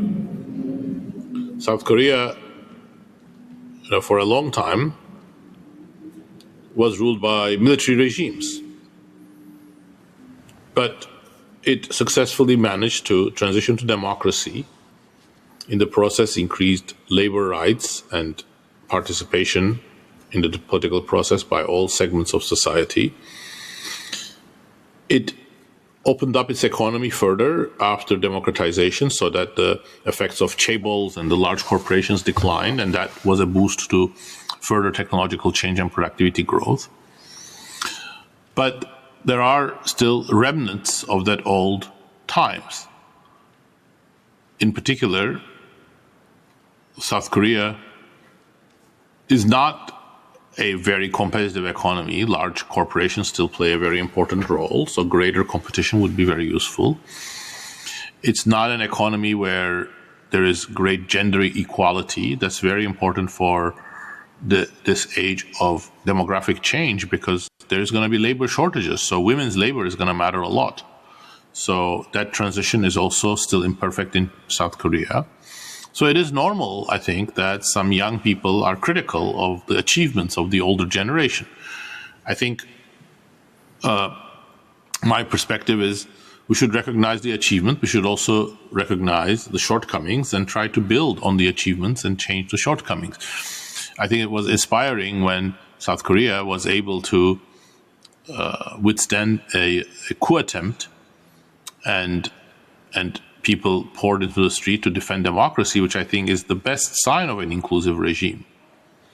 That's the difficult thing I don't know whether the US is going to be able to achieve that. So I think the accomplishments of South Korea in building inclusive institutions should not be belittled, but we should also recognize there are many imperfections. 네, 현재 한국의 가장 심각한 문제 중 하나로 polarization as one of the most serious problems facing South Korea today. You've also mentioned the decline of democracy, and ideological polarization is worsening around the world. How do you see political polarization affecting economic growth, and what do you think are the possible solutions?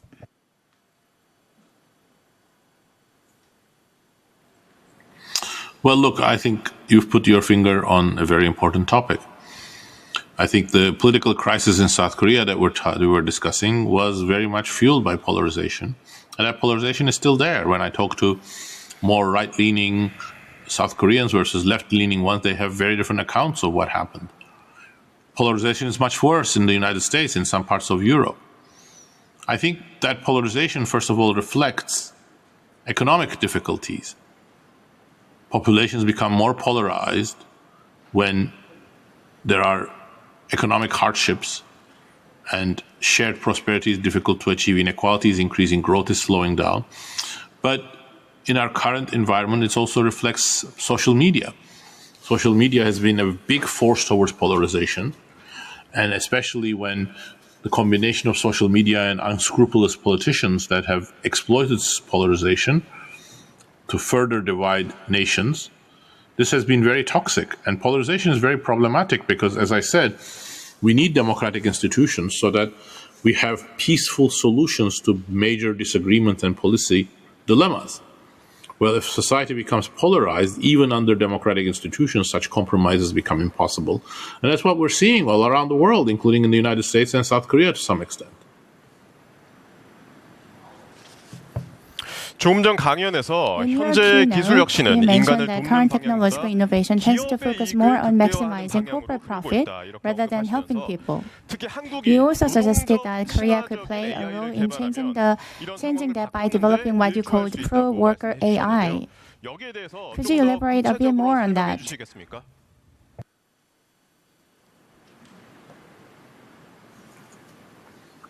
Well, look, I think all of the problems Korea is facing are multifaceted.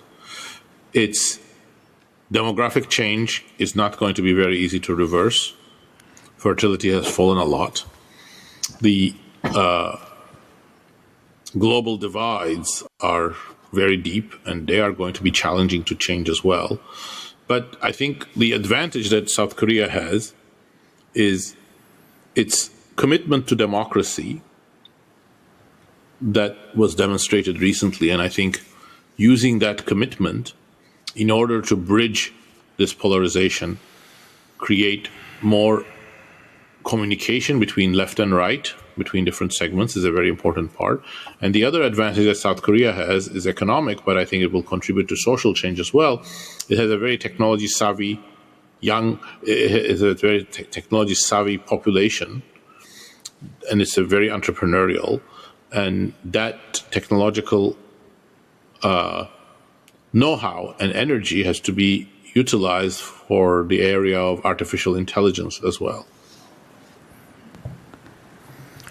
I believe the AI revolution will bring profound changes across the entire economic structure. Especially from the perspective of ownership, there is growing concern that wealth may come less from labor and more from inherited or predetermined factors in the future. This raises fears that human society might regress to a pre-modern hierarchical structure. In a world where intellectual labor is replaced by AI, how do you think the nature and distribution of ownership should change?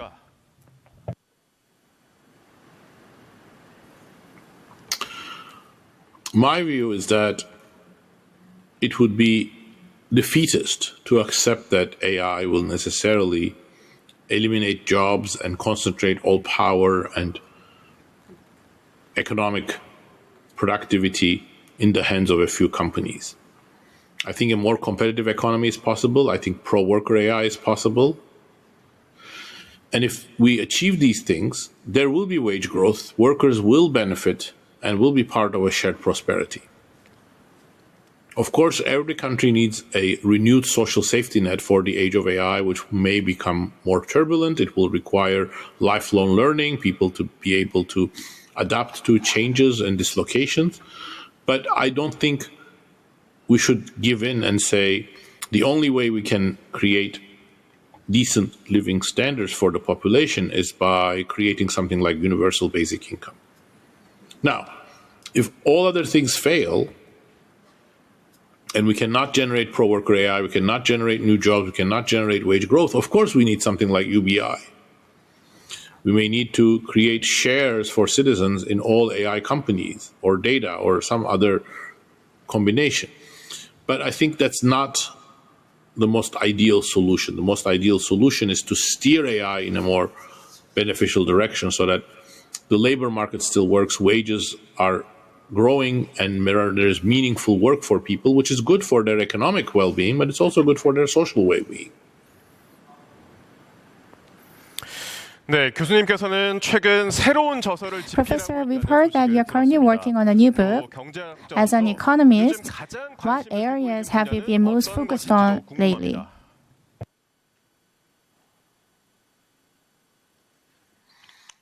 Well, I view the two most urgent challenges facing humanity as the steering of AI in a beneficial direction and saving and remaking our democratic institutions. So those are the two topics I'm working on, both in terms of original research and in terms of book projects. So my new book, which was coming out in August, is called What Happened to Liberal Democracy. It's about the second of these topics. It's about why liberal democracy is in crisis and how it can be remade to be more successful in the age of AI and in the age of populism.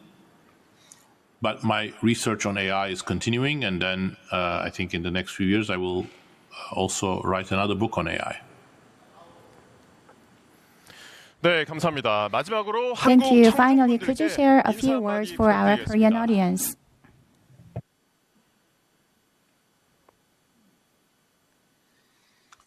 I have had the pleasure of being in Korea 5 times until now. I find it to be an inspiring country with an inspiring population. And I think the last few years have demonstrated that the world needs very different perspectives on democracy, on AI, on technology, on globalization.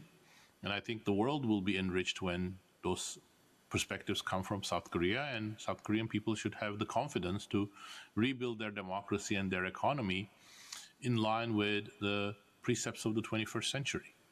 Thank you for sharing your questions with me and giving me an opportunity to share my perspectives on the world, on AI, and on South Korea.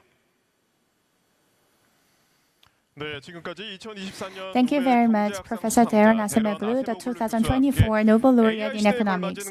It's been a great honor to hear Professor's insights on national strategies and economic solutions for the age of AI. Thank you so much for your time.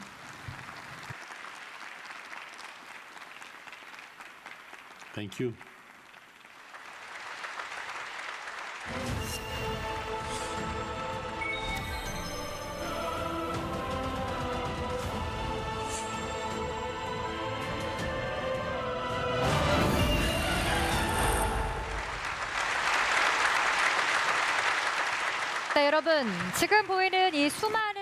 Ladies and gentlemen, you will see a lot of images on the screen. Do you know what they mean?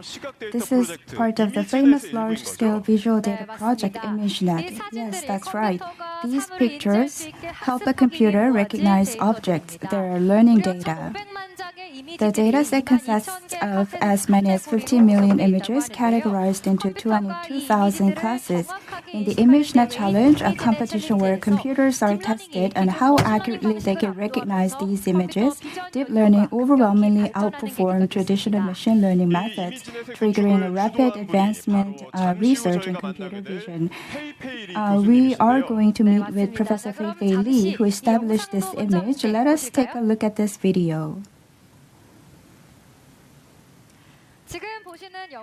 As you see here, it has converted 2D into 3D, but it's not simply about converting 2D into 3D. The computer actually understands and infers the spatial structure within an image, such as depth, distance, and direction, and it automatically predicts what might exist around the space and generates the corresponding image. AI has gone beyond just seeing things with eyes. It can now perceive the surrounding world in 3 dimensions and even predict actions with it. This is what is called spatial intelligence. This is the core next-generation technology for autonomous vehicles. robotics, and VR AR. The computer vision has been developed and spatial intelligence has been advanced through the leadership by the mother of deep learning, the godmother of AI, the world-renowned Professor Fei-Fei Li. Let's meet her.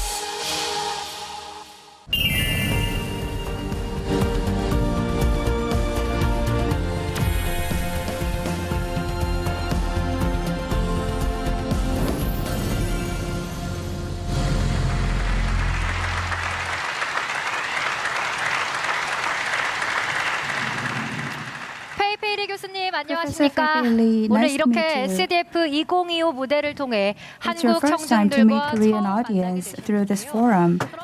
Could you first of all briefly greet the audience and our viewers, please? Hi everyone, it's very exciting to be here. Indeed, it's one of my first time facing the Korean audience, and I'm very excited to share with you what I see today's AI is about, the technology, especially in spatial intelligence, as well as human-centered AI. 최근 교수님께서 가장 관심을 갖고 연구하고 Recently, 계신 you're paying a 화두가 great attention to the research on spatial intelligence. It sounds a bit unfamiliar. What is spatial intelligence? Yeah, of course. If you think about human intelligence, we are actually very complex, intelligent animals. We use language to communicate and reason, and this is what people tend to call it the language intelligence. And when AI can do what humans do, or even better, we call it large language models. Well, similarly, humans can perceive and understand space in very, very profound ways. We not only can interpret the 3D world, we can actually create it using our creativity. We can reason with it. We can move around and interact with it, whether we are painting a beautiful scene or cooking omelets or innovating with the space and with the objects inside. All this requires spatial intelligence. And that is complementary to language intelligence. And that, I think, it's the new frontier of AI. It requires modeling the world, which we call large world models. And it requires the ability to understand, to reason, and to generate different kinds of worlds and to interact with it. So it's a very profound technology that I'm very excited about. You mentioned that we need large world model. What would happen if we can implement such a model? That's a great question. In fact, there are many applications that we can use spatial intelligence for. To start with, there's a lot of creative work that humans do that AI and spatial intelligence can help. For example, a lot of visual creators would like to express stories in 3D form or in movies. But it takes a lot of time to create them, whether you're using traditional tools like graphics engine or such as Unreal Engine or Blender, or you're using film and all that. It takes a lot of time to express the human creativity. If we can give humans tools that are a lot more powerful to express their stories and emotions. It'll help creators to do a much better job. So that's creativity. Related design, right? Today's design, especially whether we're talking about architectural design or other kinds of design, humans have to grapple with how we reason about space. And again, AI, spatial intelligence tools can help humans to design a lot better. But beyond these creativity and design applications, spatial intelligence itself is extremely powerful. It can help training robots, for example, to interact and reason within space. And this is another frontier area that we call embodied AI that I think has tremendous application for helping humans from healthcare to manufacturing to many other areas. 네, 그럼 여기서 대한민국 Let 대표 me AI then deliver questions from Korea's representative AI experts. We received some prior questions. First, the president of the Korea Artificial Intelligence Software Industry Association, Cho Jun-hee, Lee Jae-sung, the CEO of 12 Labs, Baek Jun-ho, the CEO of Furiosa, and Lee Jun-pyo, the CEO of SBVA, are with us. Hello, I am Cho Jun-hee, the president of the Korea Artificial Intelligence Software Industry Association. Professor, you emphasized that high-quality data will be a turning point for technological innovation in the AI development process. How do you think Korea is likely to achieve high-quality manufacturing data usage, and what kind of technical institutional challenges do we have to address? Yeah, first of all, Korea has been a powerhouse in technology for the past decades. Just speaking personally, I've had wonderful students and colleagues working alongside from Korea in AI. So I'm very, very excited to see that Korea is investing in AI. I totally agree. I think manufacturing is a huge area to grow under today and tomorrow's AI technology. It involves not only language capabilities, but a lot of spatial and embodied AI capabilities. And data is incredibly important. So having high quality manufacturing data is a very important step. Some of the challenges to address, obviously, is how to scale the data, how to close the loop between data and modeling. Having data is great, but applying the data to effective modeling is very, very important. And of course, depending on how the setup is, the more we can lower the barrier of data access, the better it is for many innovators to work with this data. All these are critical issues at both company level as well as national level to figure out.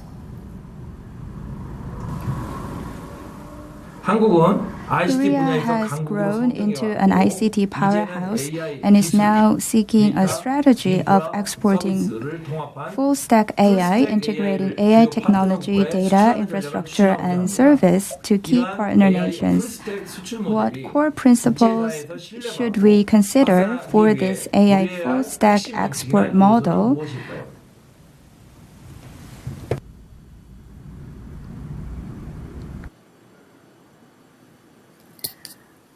I think it's great to hear that Korea has this commitment to become full stack AI model or to also have the desire to partner globally. Indeed, AI is so horizontal, not only from the function, the capability point of view, but it's also horizontal because it's going to impact everyone in the world. So for Korea to play an important role in this global development of AI is really wonderful.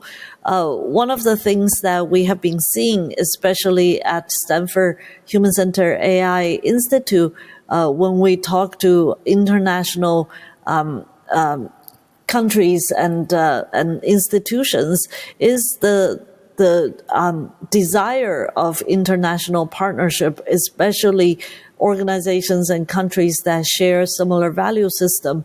It is so important to establish responsible AI framework to be transparent and respectful of from data sources to model design to application guardrails. All these are important part of this partnership effort.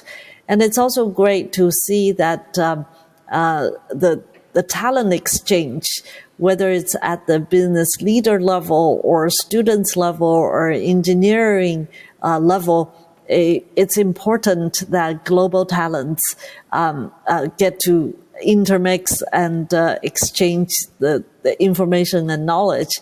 I personally know that there are multiple Korean companies and many actually, from the bigger ones or like Samsung all the way to startups that are very active on the global stage of AI development. And these are great stories to just great manifestation of Korea's vibrancy in today's AI scene. 교수님 안녕하세요. 12labs Hello, 이재성입니다. Professor. It's 이재성 from 12 Labs. I am thankful for your advice whenever I meet you as one of our shareholders. My question might sound a bit philosophical, but what do you think is the limit of understanding through generation? It's so great to see Jay again. We have been friends for several years now. It is a great question. Is there limitations of understanding through generation? If you're referring to the limit of generative models, I think there is still quite a bit, right? First of all, in spatial intelligence, we don't really have a great generative model yet. When it comes to spatial, generative model not only has to be semantically, capture the contents of the space, but it has to be geometrically very perfect. If I generate a cup on the table, that cup has to be very well structured in terms of representing the space. And when a person or a robot attempt to interact with the cup, it also has to be quite perfect. A shape should not deform and all that. So we're still at the beginning of that. And to understand the contents of generation, this is also ongoing research. Of course, we have made a lot of progress in the recognition sub-area of computer vision or AI, where given pixels, now AI can recognize if there is a chair, if there is a road, if there is a tree. But there is so much more about understanding that's beyond just semantically knowing the objects. What about what we call affordance, or the function of a object? For example, a large rock. It can be a rock, but sometimes it can become a chair. It also can become building materials. It could even be heated to keep people warm. All these are very deep understandings of the spatial world that doesn't really transpire through pure generation, at least not through today's technology. So philosophically, there is a lot about this world that humans can understand, yet AI is nowhere to be close at that depth and profoundness of understanding. 질문하겠습니다. Let me ask you another question. In your opinion, what is the ChatGPT moment in the LWM? That's a great question. I actually think we're not too far, meaning that how do I define this? ChatGPT moment, in my opinion, is an application moment of a very powerful large language model called GPT, and specifically it's the GPT 3.5 model. And when a product is developed based on this model in the form of ChatGPT, it became very viral for many users, and from consumers to developers. So the foundation of a ChatGPT moment for a world model there needs to be a very powerful large world model. We're not quite there yet, but we're seeing budding signs. At World Labs, we have been developing a proprietary frontier model that is extremely powerful and was one of the first to demo the generation of 3D space in a way that is on par or sometimes even surpass humans' capability. So productizing upon these powerful models and allowing people to use it successfully would be a ChatGPT moment. Obviously, it's hard to predict yet the virality of a large world model. It depends on the product, how the product is, who it serves, what are the sectors of customers. And I also don't think there should be one ChatGPT moment. World modeling is so vast in terms of the use cases that we might be seeing multiple so-called ChatGPT moments for large world models. So we will continue with the Q&A. One of the companies that received the highest attention in AI semiconductor, Furiosa. This is the question from the CEO of Furiosa.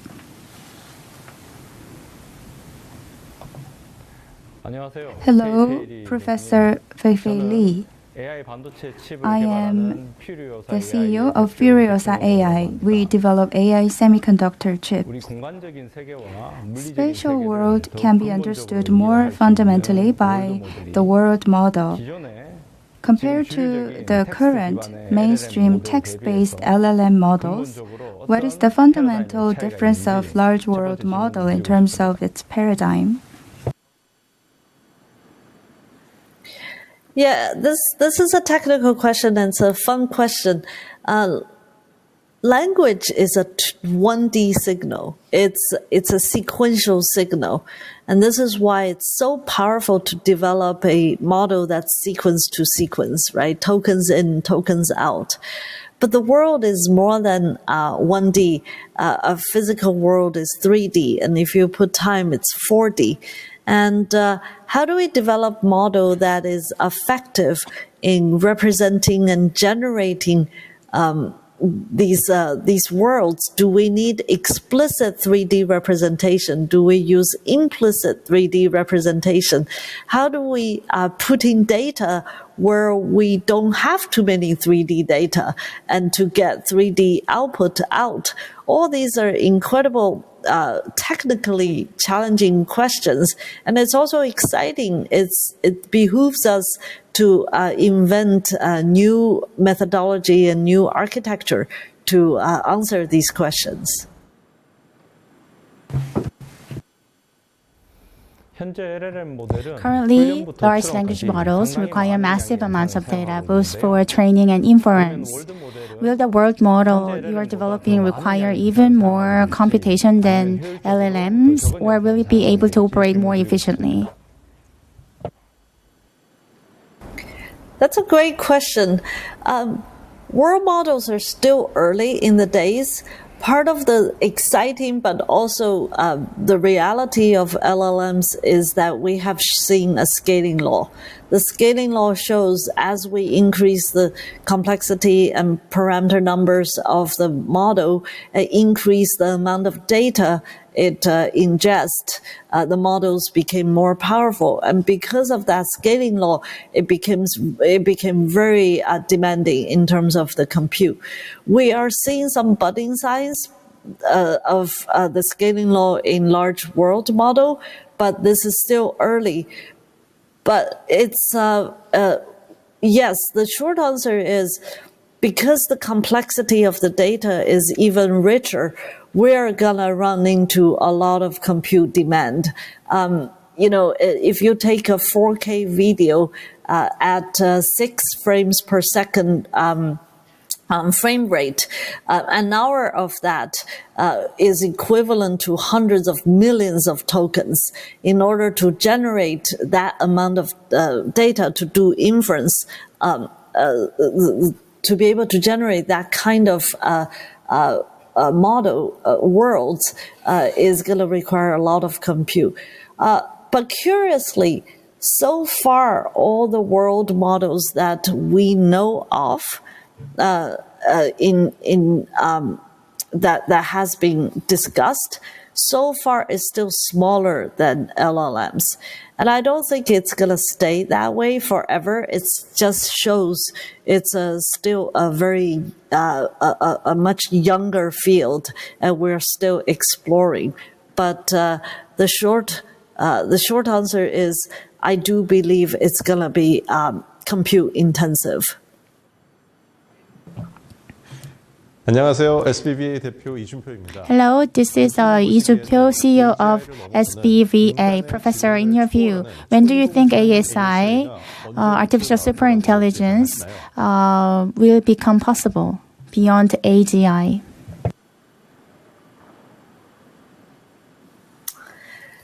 This is a good question, and it's a very philosophical question.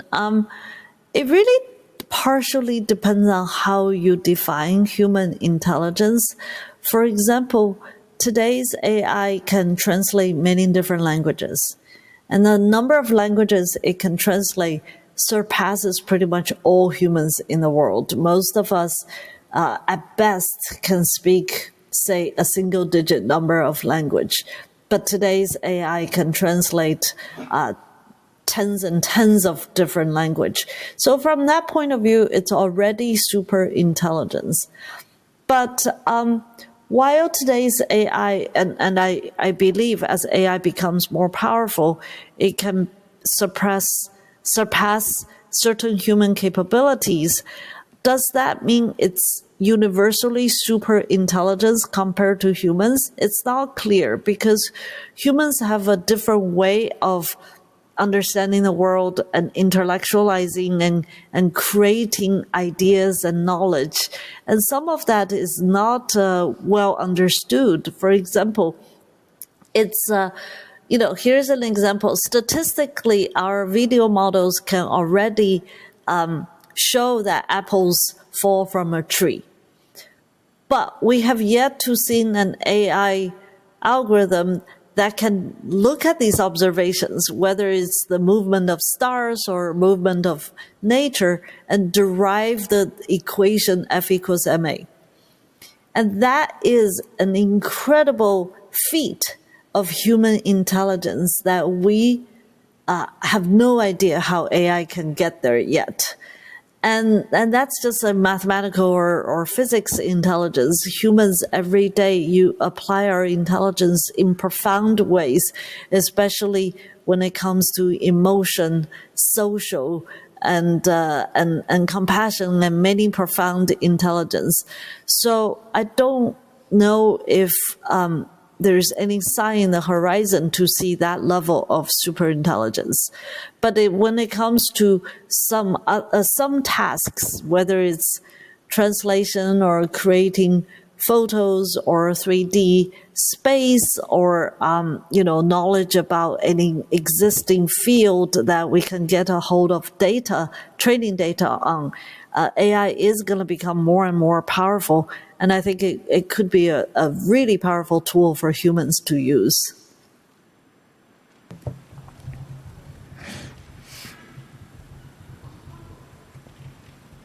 네, 함께 해주신 각계각층의 Thank you once again to all the experts from various fields for being with us today. Let's continue with the next question. Professor, I understand that you've been advising and collaborating with many Korean companies in the AI field. How would you assess the current level of Korea's AI technology and industry? I appreciate this question very much, but I also want to be very humble and do not feel I know the entire landscape of Korea's AI scene. I do want to say, as I said earlier, in my entire career, I've worked with many talented people and colleagues and students and engineers and researchers from Korea.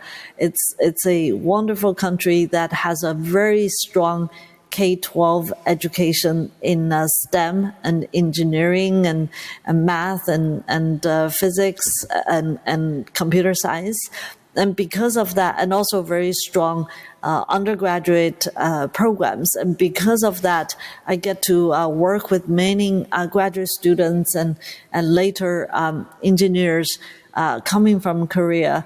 And I also see a very vibrant scene in Korea's AI startup. And every time I talk to my friends and colleagues in Korea, it's clear that the passion and enthusiasm for AI. So I'm very excited to get to know Korea more, understand more of Korea's AI scene. 네, 교수님은 스탠퍼드 대학 Professor, you co-founded the Stanford Institute for Human-Centered Artificial Intelligence, and you've been leading global discussions on AI ethics and social responsibility. You've often emphasized that beyond speed and efficiency, what truly matters is ensuring that AI is designed with humanity at its center. Could you share what human-centered AI means to you?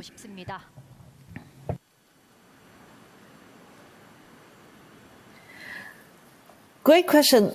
I think human-centered AI at the end of the day means a guiding principle of how we should develop AI and govern AI and apply AI.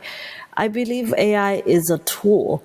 It's a very powerful tool. It's a tool that can do a lot of good things.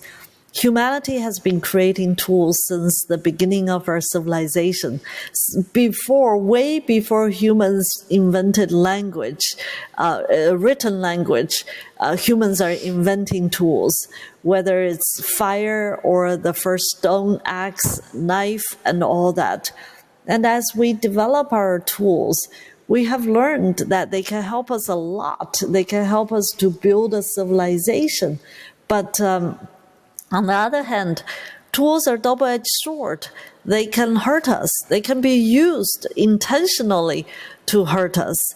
They can be used unintentionally to hurt us. So I think when we develop more and more powerful tools, it's very important to put human well-being and the human benevolence in the center of developing, applying, and governing this technology. And that's what I mean by human-centered AI. 네, 그런데 AI와 데이터 자본이 AI and data capital are increasingly concentrated in a few corporations and countries, raising concerns about a new form of inequality. What kind of social or policy approaches do you think are needed to alleviate this imbalance? It's true that in this current AI age, there is a concentration of resource. And I think this is why I have been always very vocal about policies that incentivize entrepreneurship, that incentivize open source efforts in AI. And I think it's also great that different countries are investing in AI and investing in the infrastructure of AI. I do believe a vibrant ecosystem of AI not only needs powerful big companies, it also critically need entrepreneurs, different groups of people developing different applications. It also needs public sector, from government to higher education to research institutions to nonprofit, that can continue to stay at the forefront of innovating AI and communicating and educating people about AI. We've selected one question from those we received in advance, and I have to say I'm personally quite curious about this one as well. As AI continues to evolve, we are already seeing many jobs being replaced by it. In the future, will there still be jobs that only humans can do?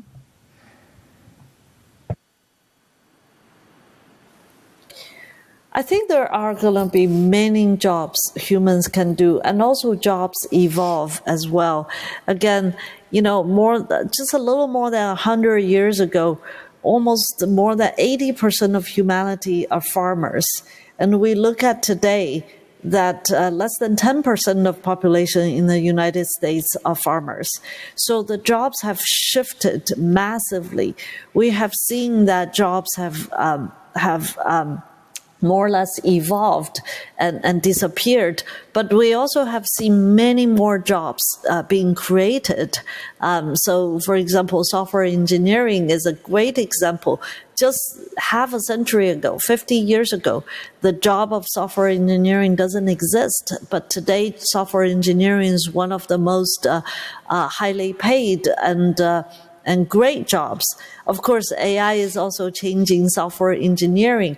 But my point is that jobs will be shifted. And also sometimes what is, how a job, for example, a teacher, I don't think teaching will ever go away. Humans are learning animals, and little humans and needs to learn from grown-up humans. And we also should be doing lifelong learning. But there are new tools to learn. And there's new ways that teachers can teach, and this will be shifting. And so I think that we're going to see a very interesting period of time where some jobs are going to shrink, some jobs are going to evolve, and some new jobs are going to also emerge. The speed of AI development today is outpacing our existing legal, ethical, and educational systems. In such a time, what does it truly mean to prepare for the future? And is there any way to mitigate these challenges?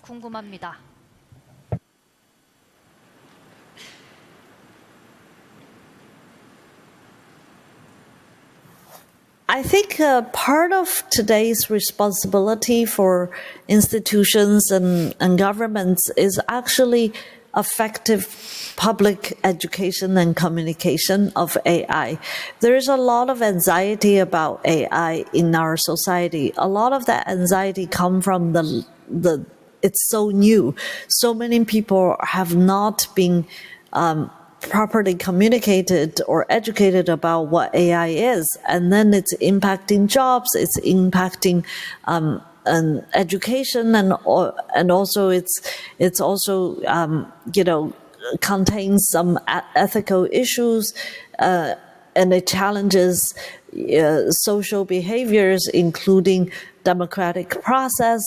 All this creates anxiety, and I think it's very important that we rapidly invest in the communication and education of the public of what AI is, and also for government to work closely with companies and the public sector and higher education to work on good guardrails and regulatory policy about AI. These are all important efforts. Among the pre-submitted questions, the most frequently asked topic was education in the age of AI. Professor, in your view, what direction should education take in the future? And what do you think needs to change the most? I'm actually most excited by education in AI. I think this is a huge opportunity for humanity to update and improve our educational framework. For the past 100 years, our education framework hasn't changed much. Little children come to school and try to and be fed of most of these things are memorable knowledges, and then be tested on memory, and then they advance their level through these kind of testing. Now that we have powerful AI that can be at our fingertip to provide so much knowledge, we should really think about how we can update our educational system so our kids are not just learning knowledge, but learning how to learn, learning about creativity, learning about using tools in the most effective way, and learning for future jobs. So I think there is a lot of opportunity for education, both for the teachers as well as for the students. 그렇다면 AI 시대를 살아가는 Let me move on to the next question then. AI에 참여해야 한다고 보시는지도 What kind of attitude should we have in the future, in the age of AI? I think it's really exciting time that we're alive in the moment that humanity has created AI. I think the most important idea I want to share is everybody can participate in AI. Whether you're an artist, a musician, a doctor, a teacher, a lawyer, an athlete, a mathematician, a computer scientist, an engineer, an entrepreneur. A lot of people ask me, if I don't have a computer science or engineering degree, am I being left out of AI? I don't think so. There are many ways you can participate and influence AI. First of all, you can be a user of AI. There are many, many AI applications that can increase your productivity and make your life better. And that is useful for any citizen of the world today to learn about those tools. Second is that in your daily work, try to leverage AI to make yourself more productive, because that's where the future is going, and that prepares you for the future. And also, as a citizen of Korea and of your society, you have a voice in governing AI, in making AI benevolent to all people. And that voice is very important, whether you're an artist or a lawyer or a doctor. So you can participate in that civil discourse and democratic process of the governance. So I just want to say that everybody has a role and everybody has a responsibility in AI. 네, 교수님 앞으로의 계획은 Professor, 어떻게 could you share 되시는지 what your 여쭤봐도 upcoming 될까요? plans are? I am very passionate about spatial intelligence, robotic simulation, robotic learning, and computer vision. I'm very focused on building these technology right now. AI의 미래와 인간에 대한 깊이 있는 통찰. Thank you so much for sharing your insights and for your message to the Korean audience, which is hugely inspiring. Could you share your last word with our audience?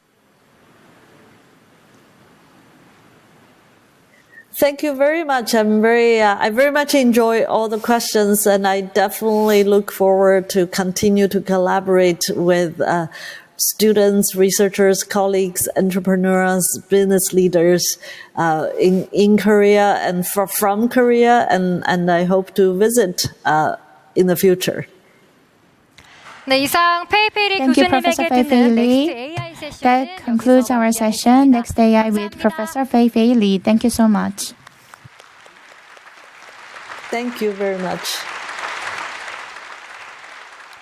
네, 공간 지능을 통해 AI가 어떻게 현실 세계와 실시간 상호작용하며 미래 산업과 우리의 삶을 바꿔 나갈지 이제 더 큰 We 관심을 talked about how the AI can reshape our world. Now let's turn our eyes towards the Korean society. Now I'd like to welcome Vice Prime Minister and Minister of Science and ICT, Mr. Bae Kyung-hoon, for his special lecture, who will talk about Korea's path forward in the age of AI.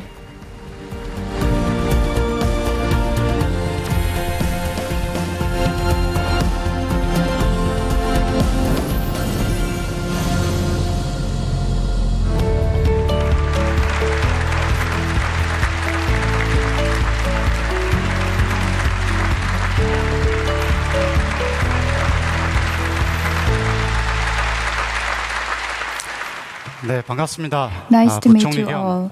I am the Deputy Prime Minister of Science and Technology and I am also the Minister of Science and ICT. I made a presentation before private businesses. At that time, I made a presentation as an AI expert. Now, representing the Korean government, I am honored to make this presentation about the Korean government's policy on AI. Today, I'm going to talk about our path forward towards AI. As Professor Fei-Fei Lee mentioned, she mentioned ChatGPT moment. Such a moment took place 3 years ago, and then LLM technologies have rapidly developed. And compared to 2 years ago, now we have seen a tremendous development in these technologies. And LLM technologies are evolving into multimodal and agentic technologies. They're also being combined with other advanced technologies. And AI is moving beyond just following the instructions of people, humans, but AI is evolving into an agentic AI that infers the situation and makes a decision on its own. In this era, how should we work with AI and how should we live our life? Now we need to think about this in an in-depth manner. We have to prepare for agentic AI era, and we need to also prepare ourselves for the physical AI as well, because the AI will be more closely connected to the real world. If you look at the world today, AI hegemony rivalry is being intensified, centered around the US and China. For example, the US has started Stargate project to establish AI data center in the US. NVIDIA GPU is also being supplied to AI semiconductor companies across the world. China has announced AI Global Governance Action Plan to make global AI cooperation based on multilateralism and inclusivity. Especially if you look at the manufacturing center, they are enhancing AX to build up physical AI capabilities. Centered around the US and China, there's a heated competition over the hegemony of AI.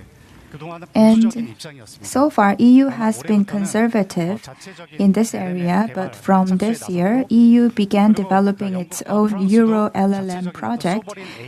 The UK and France have also begun to exert efforts to develop AI on their own. They are making an increasing amount of investment in AI startups. Then what about Korea? In Korea, in terms of AI competitiveness, Korea is within the top 3, following the US and China. We are standing shoulder to shoulder with France, for example. In Korea, we have semiconductor technologies, and we are making efforts for securing the full stack AI capabilities. In terms of AI model development, compared to 2 to 3 years ago, actually, we thought that we are behind the US by 2 to 3 years in terms of the level of AI model development. But according to the recent report, compared to GPT-5 of the US, the technology gap between Korea and the US is only 5 months. It means that Korea is quickly catching up with the leaders of AI.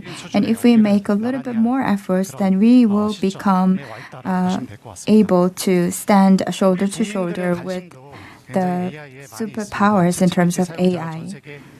And in Korea, Korea is ranked the number 2 in terms of the number of users of ChatGPT. And Korea has strength in manufacturing, bioindustry, and the national defense industry. If we combine these industries with AI technologies, we can enhance the potential of our industry and competitiveness as well. So we need to continue to make efforts to secure the relevant GPU data and talents.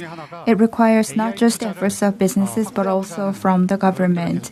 The government has continued its efforts to secure these elements. For example, the Korean government allocated 10 trillion Korean won in the budget for AI, and we have also a plan to create AI investment fund worth of 30 trillion Korean won. We also launched National AI Strategy Committee, and under the leadership of the Ministry of Science and ICT, we're making these efforts.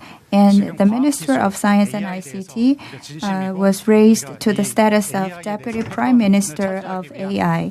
As such, the Korean government has made tremendous efforts to take the leadership in the AI sector. Global cooperation is also important. According to an economic newspaper of Germany, big tech companies across the world are paying attention to Korea, and many investors are willing to invest in Korea.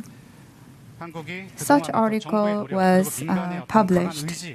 It is thanks to the government's commitment and also the dedication from the Korean people, along with the strong potential of Korean companies. BlackRock, the largest investor of the world, decided to they actually signed an MOU with the Korean government for establishing data center and renewable energy related projects. And AI Land Alliance was also formed, and also Korea will be supplied 260,000 AI GPU chips as well through cooperation with NVIDIA. And Korea has strong capability in the manufacturing sector. So Korea can do very well when it comes to physical AI development. This is very well recognized by many countries across the world. As such, we are making efforts for growing AI industry, and we are trying to enhance the quality of life of the people of Korea. And going further, we are thinking about how we can make a greater contribution to the humanity and global society. So we are trying to create AI innovations ecosystem and enable AI-based great transformation across the country. And we will create a society where everyone can enjoy the access to AI. As our first project, I would like to explain about AI Expressway. By 2030, through public-private cooperation, we will secure 260,000 GPUs. And we will establish a national data computing center so that our businesses and research institutes will conduct their work with sufficient infrastructure. And we will help the private sector facilitate their AIDC, so the relevant laws and regulations will be soon enacted. And data is the source of AI. In order to spread the use of public and private data, we will establish national data platform in an integrated way, and we will improve the existing systems and institutions related to personal information protection and copyright. We will also establish AI LAN, and so that we can provide 6G commercial service without difficulties. Our second core project is to secure high-quality AI talents. The Korean government recently announced that it's going to attract and grow national scientists. Every year, 20 national scientists with master's degree or PhD degree will be selected by the Korean government for the special support. And we will select 200 scientists to provide them with various benefits, including the financial support for their research activities. And we will further grow AX convergence talents. Also, we will take measures to create the right research environment to attract overseas AI talents. So we are trying to attract excellent AI talents from overseas, and we are going to create a special visa system to attract them. And research institutes in Korea are conducting advanced research on AI. Including new researchers in this area, we're going to accelerate our efforts for nurturing them.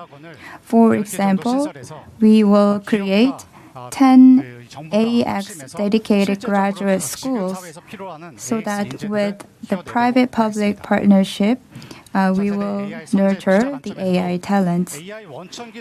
And in order to secure the core AI technologies, we will establish AGI Research Institute. And in order to build up our physical AI capabilities, we will develop world models and establish the demonstration environment, and we will also accelerate our investment in physical AI development. Some people say that we depend too much on GPU. However, we will make efforts to grow Korean AI semiconductor companies. We will support Korean NPU companies so that they will become world-class companies. So the government will adopt NPU and set the mood for revitalizing the NPU market in Korea. Our fourth core project is to develop our own AI model. And the progress in this model development has been made very well. We have gathered the know-how, the wisdoms, and experience in AI model development. In Korea, we have 5 consortiums to develop our own proprietary AI models, and the government is also offering them support. Through these efforts, we will enhance the Korean people's access to AI, and we will pursue open source, and we will grow the public sector, economy, and society through AX. The fifth core project is to enable AI transition across the world. We are carrying out AX projects in many different regions in Korea. And in the area of science, so we have to change the paradigm to see a Korean scientist to receive the Nobel Prize in Science. So we're going to improve the overall environment and make efforts to spread AX technology development. And at the same time, we will create AI services to provide support for vulnerable group of people, including students. And we will implement 10 AI projects to enhance the quality of life of the citizens. Korea has great manufacturing capacity. Based on our experience in successful manufacturing, ICT, and culture industries, we will make efforts to become the capital of AI in Asia-Pacific region. Thank you very much. Thank you for the inspiring special address by Vice Prime Minister. As we stand on the brink of the full-fledged AI era, many people ask the same question: what will happen if AI replaces human? This lingering fear and question are no longer distant concerns, they are here and now. Our next speaker is someone who confronted this very question earlier and more profoundly than anyone else across a Go board. He is known as the first and so far the last human to defeat AI in the game of Go, Grandmaster Lee Se-dol. Through his historic match against AlphaGo, he evolved from being a human facing AI to a human exploring existence with AI. Now standing not as a Go player but as a professor, please welcome Professor Lee Se-dol from UNIST, Ulsan National Institute of Science and Technology, to the stage.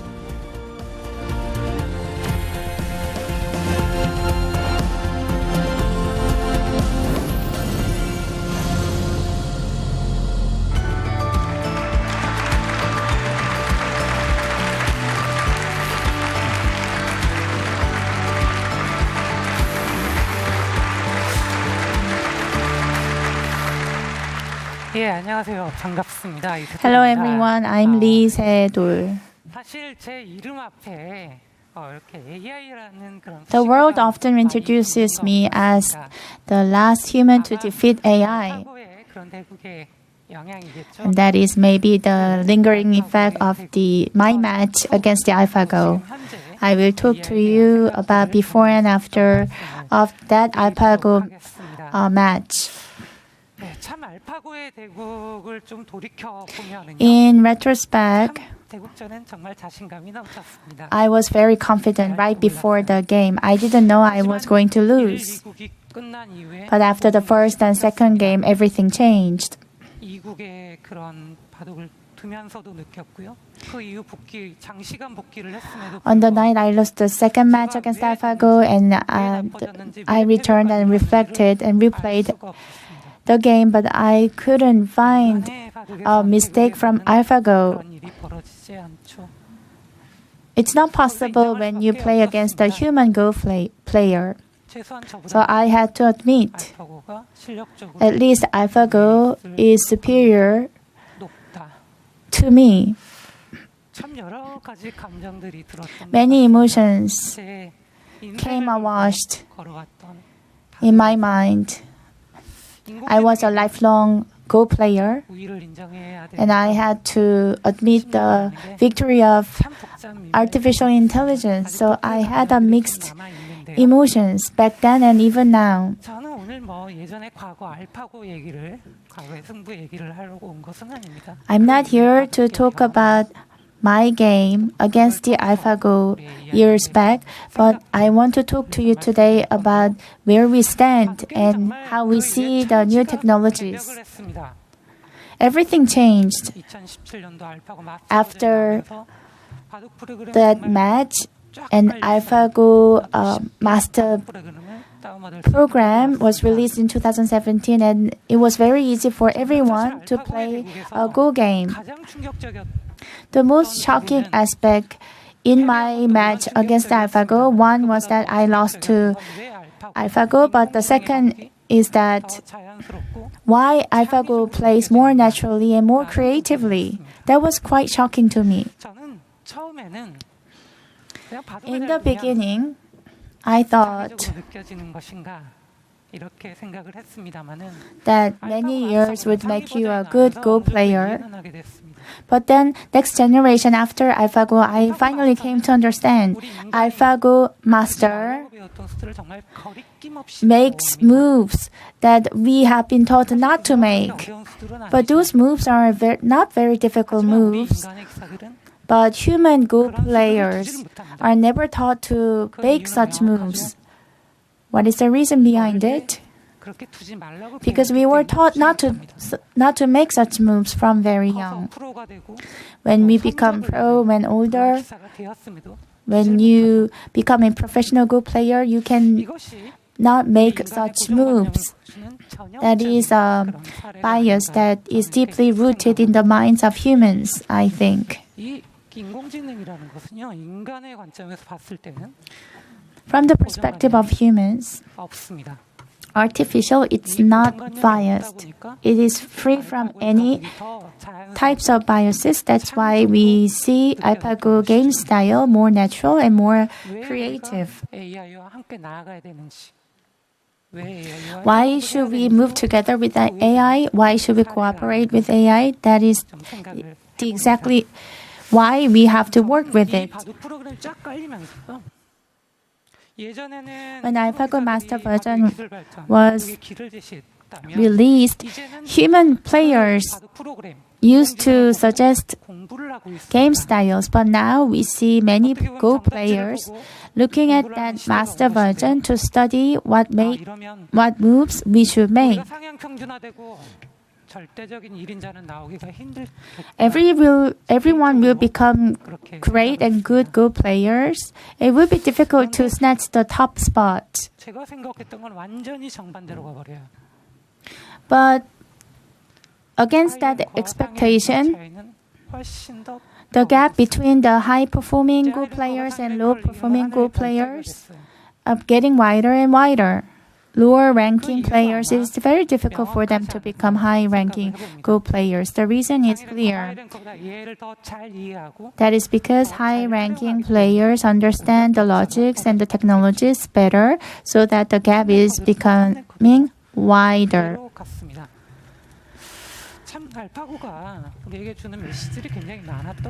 There are many messages that have been thrown by AlphaGo.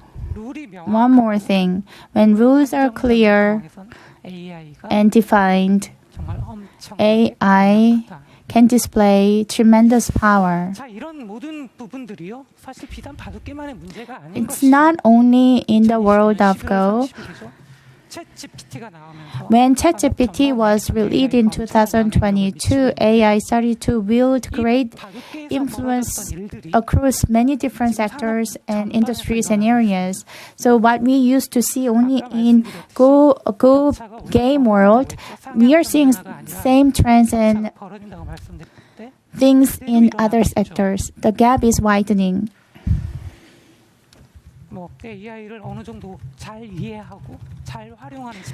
The way it is very important for a group to understand AI and utilize AI better, so that they can become better than others.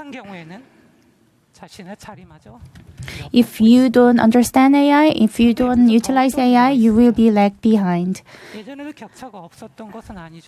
Before, of course, we had a gap in the past, but in the age of AI, such a gap is widening, but the speed at which the gap is widening is becoming faster and faster. The outcomes are generated at a high speed, and the gap is widening at a faster speed. Now we are living in a different world. Once there is a gap, the gap becomes too wide. It will be very difficult for you to narrow that gap. So this is something that we have to keep in mind. So in the end, in this world,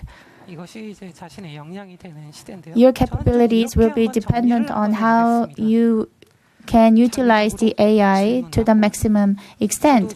The way to do it is take an initiative, make a judgment, and communicate based on such understanding, and then do not afraid to build your creativity. It is easier said than done. Questioning, understanding, communicating, those words are easier in words but not in actions. But turning them into a routine, it's very challenging for everyone. But just as I said to you before, taking an initiative, making a judgment, and communicating based on such understanding, it will bring you a greater benefit, and the gap between those who do and those who do not will be different. So I have done Go for 30 years. From the age of 7 for Go game, I took a lot of time to study alone and think alone. Taking time to be alone and think about this, it has been a great asset for myself as a Go player. And in SNS, a lot of media and community, we can see a lot of information, and they are flooded with information. But when it comes to information, there are the kind of information that is not clarified or well organized. They are not really valuable. They just make us more confused about things. Then we have to well organize the information. How can we do that? In order to do that, you need to take a time separately for yourself. You need to take a time to be alone and think about it in an in-depth manner. Ask questions creatively, make judgments, and communicate this with others, and repeat this process. Also, in addition to this, you need to spend some time alone so that you can think in an in-depth manner, you can ask questions in an in-depth manner. And through this process, you can make something creative. This is my opinion.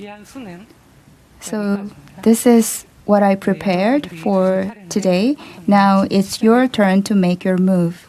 I hope that you will make a bold, courageous, and creative move.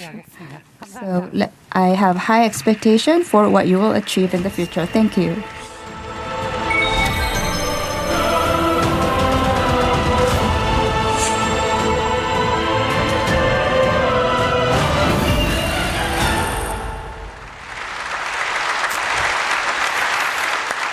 네, 교수님 강연 정말 재밌게 잘 들었습니다. Thank you so much for your lecture. You are quite popular because we received a long list of questions from the floor. So let us ask you one question from the list. When you had a game against AlphaGo, you must have different emotions. How did those emotions change? Now, in retrospect, you are not there to compete against AI. It is to cooperate with AI. I see AI as my partner or as a tool for my own advancement. Then, in your match against AlphaGo, you felt the fear, curiosity, and various emotions. How did such emotions change over time? As I mentioned in my presentation, AI is a partner and a tool. It has become a partner and a tool for myself in the Go game. AlphaGo can also serve as a teacher because many people look at the program and learn from it. So now it could serve as a teacher. Another question regarding the AlphaGo match. You used the word intuition right after the match. AlphaGo plays based on computation and calculation, but human players play based on institutions. Feelings and emotions. Do you think AI can mimic those feelings in the world of creativity, in the realm of creativity? We are not there yet. Maybe in a decade at the max, but not at the moment. The first and the last will be decided by humans based on their intuition and judgment. So it will take time for AI to start from the very beginning until the end. The nature of human and the nature of AI are different. So if we cooperate, there will surely be synergistic effects. Let me ask you another question. After AlphaGo, Blue Spot appeared. So what kind of change was brought to the strategic thinking in Go game? The blue spot, it refers to the kind of correct answer, like you have to make this move and that is the correct answer. Nowadays, many people are following the blue spot trend. And going forward, I think people will move beyond that, just following that blue spot, but they will become more proactive in becoming more creative. Nowadays, Go players are cooperating with and learning from the AI. You mentioned that most professional players now train with AI. Do we still see human-style Go games that retain the intuition and creativity unique to humans? That's not so easy at the moment. It's difficult to understand how AI plays, the intent of AI when it plays a Go game. So very difficult for humans to retain the creativity and intuition unique to humans. So our players are now in a transition to turn from the AI style towards the human style. In order to do that, you've got to understand the intent of AI players and then turn that into human style. So AI learns the patterns and makes the decision, and if that really becomes true, what do you think humans can achieve or make? I don't really think that AI will become perfect. So in the near future, at least, I don't think AI will become perfect. If AI really becomes perfect in the future, I am not the one to make a kind of judgment regarding how we should live. So it's a very difficult question to answer. As an incomplete being, I don't think I can answer this question, but still I think that AI is not complete and humans are not incomplete either. So we need to focus on how AI and humans can cooperate with each other. Personally, I used to play Go game as a hobby, and I'm a great fan of yours. When I play Go game on application, it is so advanced that I cannot even win over a machine player. So, what do you recommend for amateur players to practice with? With the AI, we are getting help. With the AI, it's easier for players to improve their capabilities. But on another note, I'd like to say that it is so natural that we lost to AI. We don't need humans to play and win AI. We need humans to create a new style and new game of Go. AI, of course, will be better than humans in playing games, but humans made AI. Humans have the capabilities and creativity to create something like AI. In the previous question, you said AI is incomplete, human is incomplete, so they have to cooperate with each other. In your opinion, what is the ideal picture of symbiosis between AI and humans? So human is the one who designs and sets the AI, and it is the humans who make the final decision. But in the middle of the process, we face issues. AI is so strong that it could replace humans in many jobs. Although we cannot change the overall trend, we should change our mind. We should not just prepare ourselves to get employed. So we have to think about how we can better use AI and create something better. So we need continuous education for people, and we need to share this message with people across the world. Isedol as a human. Before and after, what are the biggest changes after playing game against AlphaGo? The biggest change is that I retired from being a professional Go player. It wasn't me making the decision, but it naturally came to that decision of retirement as a professional AlphaGo Go player. I think in retrospect that was a wise decision. I had been and have been trying to adapt to new changes. That's why I decided to retire as a Go player. I liked my decision and I like it now. During class, you teach students how to make board games. In your class, what are the biggest challenges for students? They find it the most difficult to begin designing the board game. Of course, finishing the design of the game is difficult, but the most difficult thing is to begin designing the board game. So with the help of AI, they can finish the design of the board game easily. But the beginning is the most important. When they first have to think about their idea, the concept about the board game, that's the most important part. So in the end, human is the one who begins the ideation process. So ideation is the most difficult part. As well as students, as well as the humanity, what core competitiveness should humans have? In the end, it all comes down to creativity, intuition, insights. Those are required attributes of human beings. AI tries to mimic creativity, but it is just the word say mimicking.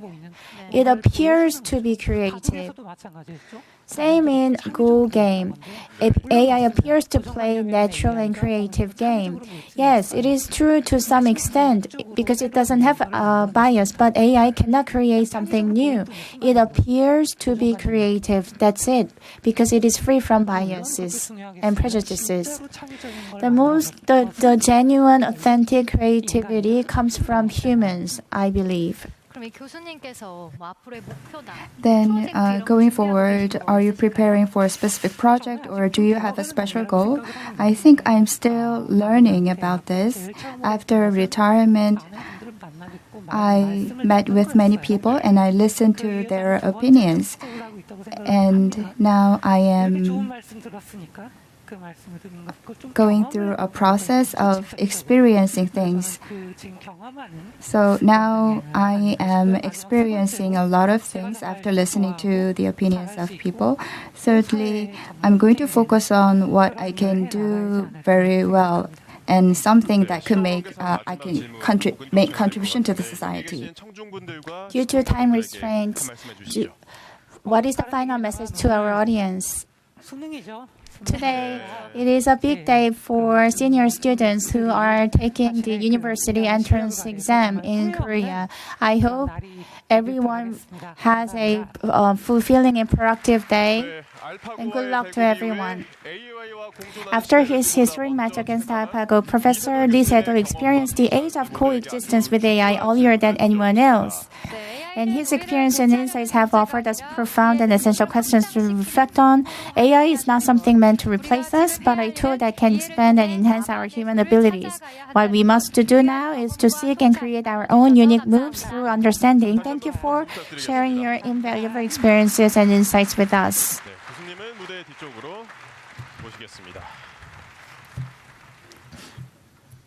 SDF 2025, Redesigning the Zero Era, Rewriting Innovation. We heard from world-renowned economist Professor Daron Acemoglu, Professor Fei-Fei Lee, a pioneer in AI innovation, Vice Prime Minister Baek Young-hoon, who leads Korea's AI policy, and Professor Lee Se-dol, who experienced the age of AI earlier than anyone else. Through their insights, we explored the structural changes that will define the AI era, the essential role of humans within it, and the direction we must take to build a new order. We had a meaningful and in-depth conversation. Through each of their messages, though each of their messages was different, there was one clear common point. It is that our future will be determined by how we choose to use this technology. Rather than fearing the future, we must take the lead to redesign it and rewrite it ourselves. That's why in the upcoming sessions of SDF 2025, we will bring together leaders from top global and domestic tech companies and research institutions. They will share first-hand stories of innovation and challenges driving the age of AI. All upcoming SDF sessions will continue to explore this journey, and you can watch them on SBS News, YouTube, and the official SDF website. That concludes the opening ceremony. Thank you all sincerely for joining us today. Thank you. 서울을 억제해야지 지방에 올라간다는 거는 그 실험 저희가 봤을 때 20년 했거든요. 실패했어요. 제가 봤을 때는 관점 바꿔야 됐다고 생각합니다. 네. 지금같이 이렇게 산업이 좀 전환하는 시기에 저희가 도시에 더 관심을 가져야 되는 이유는 뭘까요? 국가 경쟁력이라는 것 자체가 지금 대도시권 경쟁력하고 연관이 되는 거고요. 그 관점에서 도시가 되게 중요할 수 있고요. 도시가 이제 어떻게 보면 산업의 어떤 패러다임도 이끌 수 있는 하나의 거대한 풀이고, 역사적으로 봤을 때도 산업화가 도시화랑 같이 가거든요. 도시 중에서도 저희 서울을 굉장히 좀 의미 있게 보시는 걸로 알고 있는데요. 우리가 대한민국 한 G10 정도 생각하잖아요. 10위권이라고. 이제 10위 아니거든요. 사실은요. 보면 항상 11위, 12위 정도고, 인도네시아나 다른 거대한 국가들이 GDP 차원에서 치고 온다고 했을 때 우리가 10위권 밖으로 떨어진 건 당연하다고 생각을 해요. 국가가 G10이 아닌데 서울이란 대도시가 G8 안에 들어간다고 하면 그거는 이 경쟁력을 우리가 좀 더 발전시키고 고도화시켜야 될 우리가 의무가 있다고 생각을 하거든요. 그러니까 예를 들어서 도시라는 게 결국은 규모의 경제고 그 관점에서 중요한 건 사실 인구의 밀도와 인구의 질이에요. 서구권에서 1000만 넘는 도시가 그렇게 많지가 않습니다. 일드 프랑스 해야지 한 1000만 나오는 것이고 베를린도 340만 밖에 안 돼요. 그 강력한 독일이라는 국가가 제일 수도가요. 런던 정도가 한 1000만 되고요. 소련에서도 모스크바 정도예요. 근데 그 중에서 이제 러시아하고 영국은 우리가 지금 지정학적 위치를 봤을 때도 나라가 지금 좋은 상태는 아니고요. 그러니까 미국 전체에서도 1000만 넘는 도시는 사실 LA 대도시권하고 뉴욕이에요. 그럼 서구권에서 지금 도시 5개밖에 없어요. 나머지 아시아권에서 봤을 때 서울, 북경, 상해, 동경 4개예요. 그러면 서구권에서 한 3개, 4개 있고 아시아권에서 3개, 4개 있으면 그게 벌써 G8이에요. 우리가 아시아권에서 압도적인 경쟁력을 갖고 있기 때문에 우리가 G2가 될 수 있다는 가능성은 있어요. 국가가 G2가 못 되지만은 대서울이 G2가 될 수 있다고 하면 우리가 이거를 고도화시키고 효율화시켜가지고 만들면 되는 거죠. 지금 다 서울로 너무 몰려들어서 이제 인구가 서울만 지금 넘치고 있는 거에 대해서도 사실 문제를 많이 삼고 있잖아요. 근데 이제 그런 논리라면 서울로 몰려드는 게 꼭 나쁜 거는 아니라고 봐야 되는 걸까요? 서울로만 다 몰아주고 지방은 버리자는 건 아니에요. 사실은 지방은 지방 나름대로 어떤 발전 전략이 있어야 되는 것이고 그러면 서울은 서울대로 가야 되는데 여기서 제가 봤을 때 저 중요한 건 뭐냐면은 과연 서울을 낮춘다고 했을 때 지방이 올라가느냐 그건 아니거든요. 제로섬 개념이 아니라는 거예요. 제가 봤을 때 이건 파저티브섬 게임이 될 수가 있는 겁니다. 사실은요. 서울을 서울대로 올렸을 때 지방도 살 수가 있는 것이고 그게 어디서 나타나면 일본에서 나타나는 거예요. 근데 일본 많이 갈 때 맨 처음에 동경 가고 그다음에 오사카 가요. 근데 일본 많이 갔던 사람들 지금 뭐 하냐면 동경, 오사카 안 가고 지방에 엉뚱한 데를 간다고요. 그러니까 그 나라에서 슈퍼스타 도시 간 다음에 그 다음에 가는 거예요. 이건 뭐냐면은 서울에 있는 경쟁력을 바탕으로 사람들이 온 다음에 지방으로 가는 겁니다. 그럼 우리가 이거를 좀 더 효율화시키고 고도화시킬 생각을 해야 될 것 같고요. 서울을 억제해야지 지방이 올라간다는 거는 그 실험 저희가 봤을 때 20년 했거든요. 실패했어요. 제가 봤을 때는 관점 바꿔야 됐다고 생각합니다. 예. 서울이 이제 G2까지도 될 수 있다라고 하셨는데 뭐가 바뀌어야 그런 쪽으로 갈 수 있다고 보시나요? 비전 세팅 되게 중요하고요. 그 비전 세팅을 해야지 우리가 그 다음 전략을 알 수가 있을 것 같고 그럼 비전 세팅 관점에서는 지금의 서울의 현황이 무엇이고 경쟁력이 무엇이냐에 대해서 우리가 좀 바라봐야 될 것 같아요. 도시를 바라보는 인덱스는 여러 가지가 있습니다만은 제가 봤을 때 중요한 부분들은 그거 같습니다. 그 지역의 역사 자원이라는 게 굉장히 중요할 것 같고요. 문화 자원 또는 문화 산업이라는 게 중요할 것이고요. 도시에서의 산업인데 이거는 사실 뭐 IT나 뭐 금융 산업 같은 것들이 될 수가 있을 거고요. 그리고 자연 경관, 그 다음에 인프라 같은 것들이 중요하다고 생각을 해요. 역사 자원이라는 측면하고 문화 자원 측면 같은 것들은 굉장히 서울이 탁월하다고 생각을 해요. 물론 인프라도 탁월하고 그 다음에 이제 뭐 금융이나 이런 서비스 산업도 탁월합니다만 이거는 돈을 투자하면은 될 수가 있는 부분들이에요. 근데 우리가 역사 자원이라는 거는 지금 돈을 넣어서 되는 일이 아니거든요. 그거는 이미 그 동네에서 1000년, 뭐 2000년 사람 그 축적의 겹이 나타나는 것인데 근데 아까 말씀드린 뭐 그냥 G7이라고 할게요. 뉴욕, 파리, 그다음에 런던, 그리고 서울, 북경, 상해, 동경 봤을 때 서울 정도의 1000년의 역사를 갖고 있는 데는 북경하고 파리 정도예요.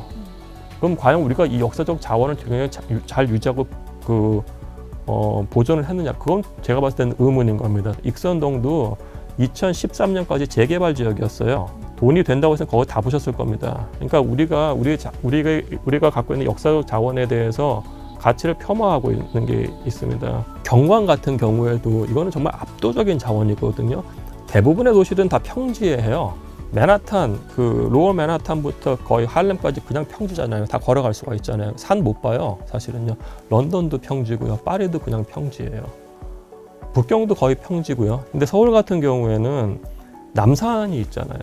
그러니까 그게 어디서 나타나면은 외국 사람들한테 서울에 갔을 때 가장 좋은 어트랙션 플레이스 어디냐 보면 다 남산 얘기예요. 남산 탑5 안에 항상 들어가요. 그런 게 없거든요. 도시 정중앙에 거대한 산이 있어가지고 올라갔는데 다 보여요. 그런 게 없어요. 그러니까 경관이 압도적인 자원이 이건 어떻게 바꿀 수가 없는 겁니다. 강 같은 경우도 한강 얼마나 크냐고요. 그래서 큰 스케일에서 봤을 때는 우리가 문화 자원이라든지 경관이라든지 역사 자원 같은 것들이 사대문 안에 있다고 하면은 공간적으로 사대문 안에서는 보다 보존을 중시하는 전략으로 가야 되는 것이고요. 지금 단계에서는 무엇이 자원이야, 무엇이 서울의 경쟁력에 대한 스터디가 우선 이루어져야 되는 거고, 그 다음에 그것이 공간적으로 어디에 있느냐에 대한 스터디, 그럼 그것을 어떻게 할 것인가에 대한 것들, 그것이 가치 무엇이냐, 그럼 거기에 맞춰서 우리가 개발을 해야 되는 거기 때문에 그 개발을 어떤 식으로 할 거냐, 굿이 꼭 이렇게 올릴 거냐, 아니면은 그것과 조화롭게 할 수 있는 개발 방식들이 있거든요. 그렇게 할 것인가, 아니면 그렇지 않은 지역에는 어떻게 할 것인가에 대해서 좀 차별적인 전략이 있었으면 좋겠어요.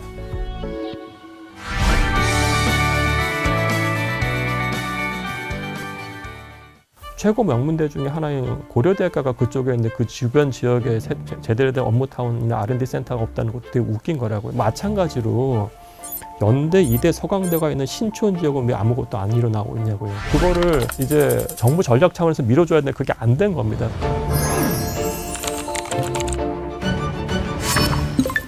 제가 봤을 때는 서울에서 남아있는 땅들이 그렇게 많지가 않기 때문에 용산국제업무지구 개발은 굉장히 잘해야 될 것이고, 두 번째는 업무지구가 어떻게 확장되는지에 대한 부분들을 봐야 될 것 같아요. 업무지구가 광화문하고 여의도하고 테란로 인근의 강남 이렇게 세 축이지만은 새로운 업무지구가 계속 나타나거든요. 대도시권에서는요. 그러니까 이 3축이 있다가 구로 가산 디지털 단지가 있고요. 그리고 상암도 거대한 미디어 타운으로 성장을 했고요.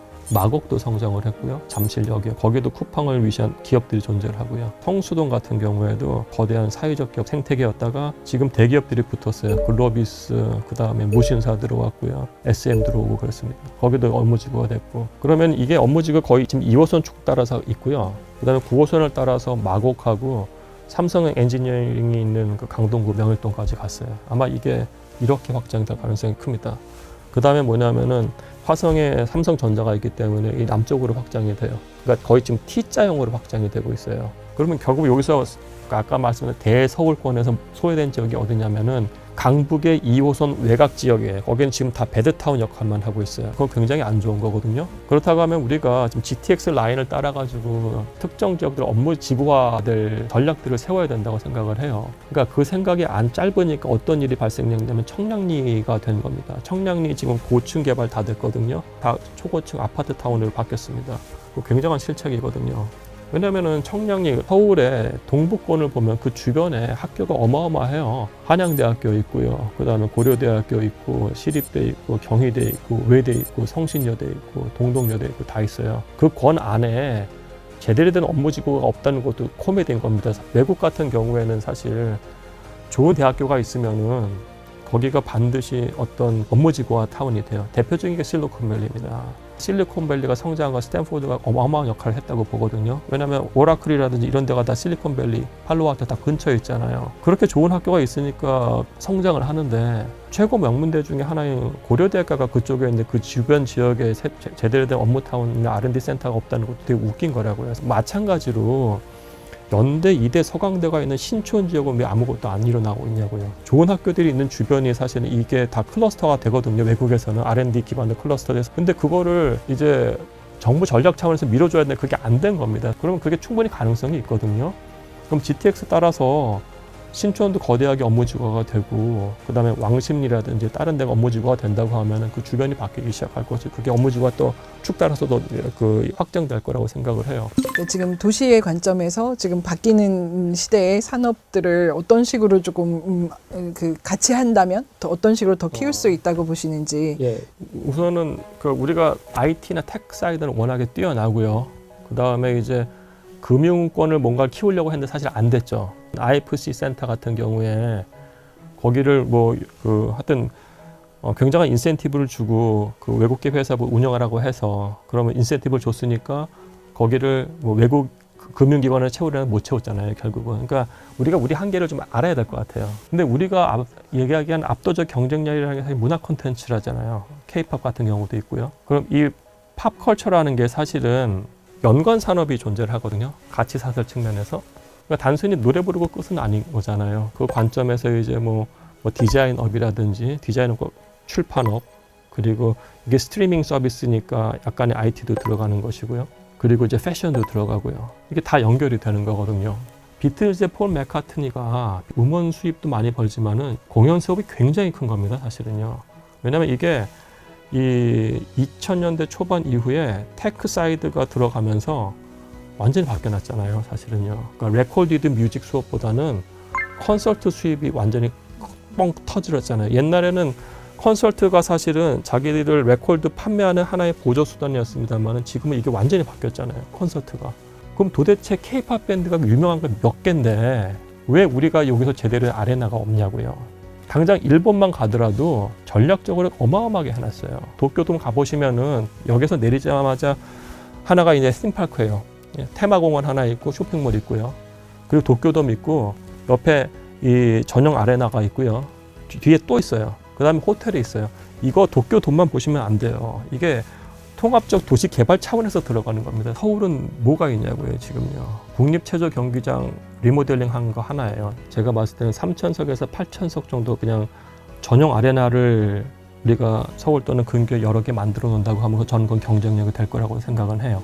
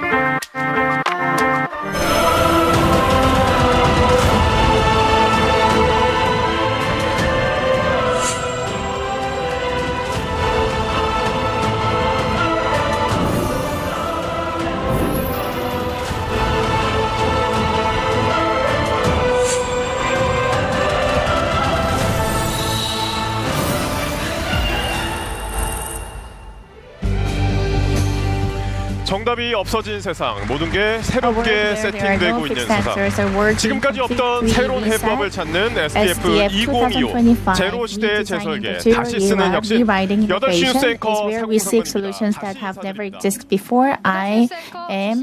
사공성근, anchor of SBS 8 News. It's great to be with you again.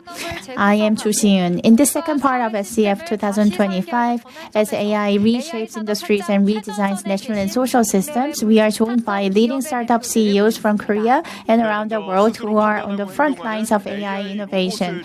Through AI robots capable of independent judgment and action, he is redefining the boundaries between industry space and humanity. Please welcome the founder and CTO of Galbot, the top-ranked company in China's humanoid robotics competition, Mr. Wang He, to the stage.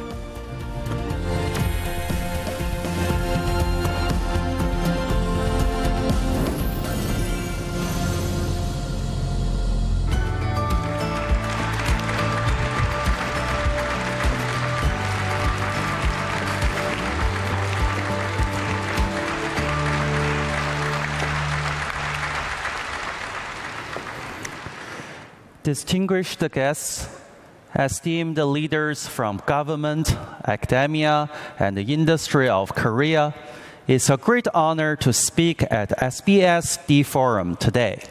I want to share with you a journey from the digital world of synthetic data to the physical reality of robotic deployment. This is the story of how we've been successfully industrializing embodied intelligence. My name is Wang He, and I'm the founder of Galbot and also a faculty member of Peking University. At Galbot, we are pioneering the future of robotics.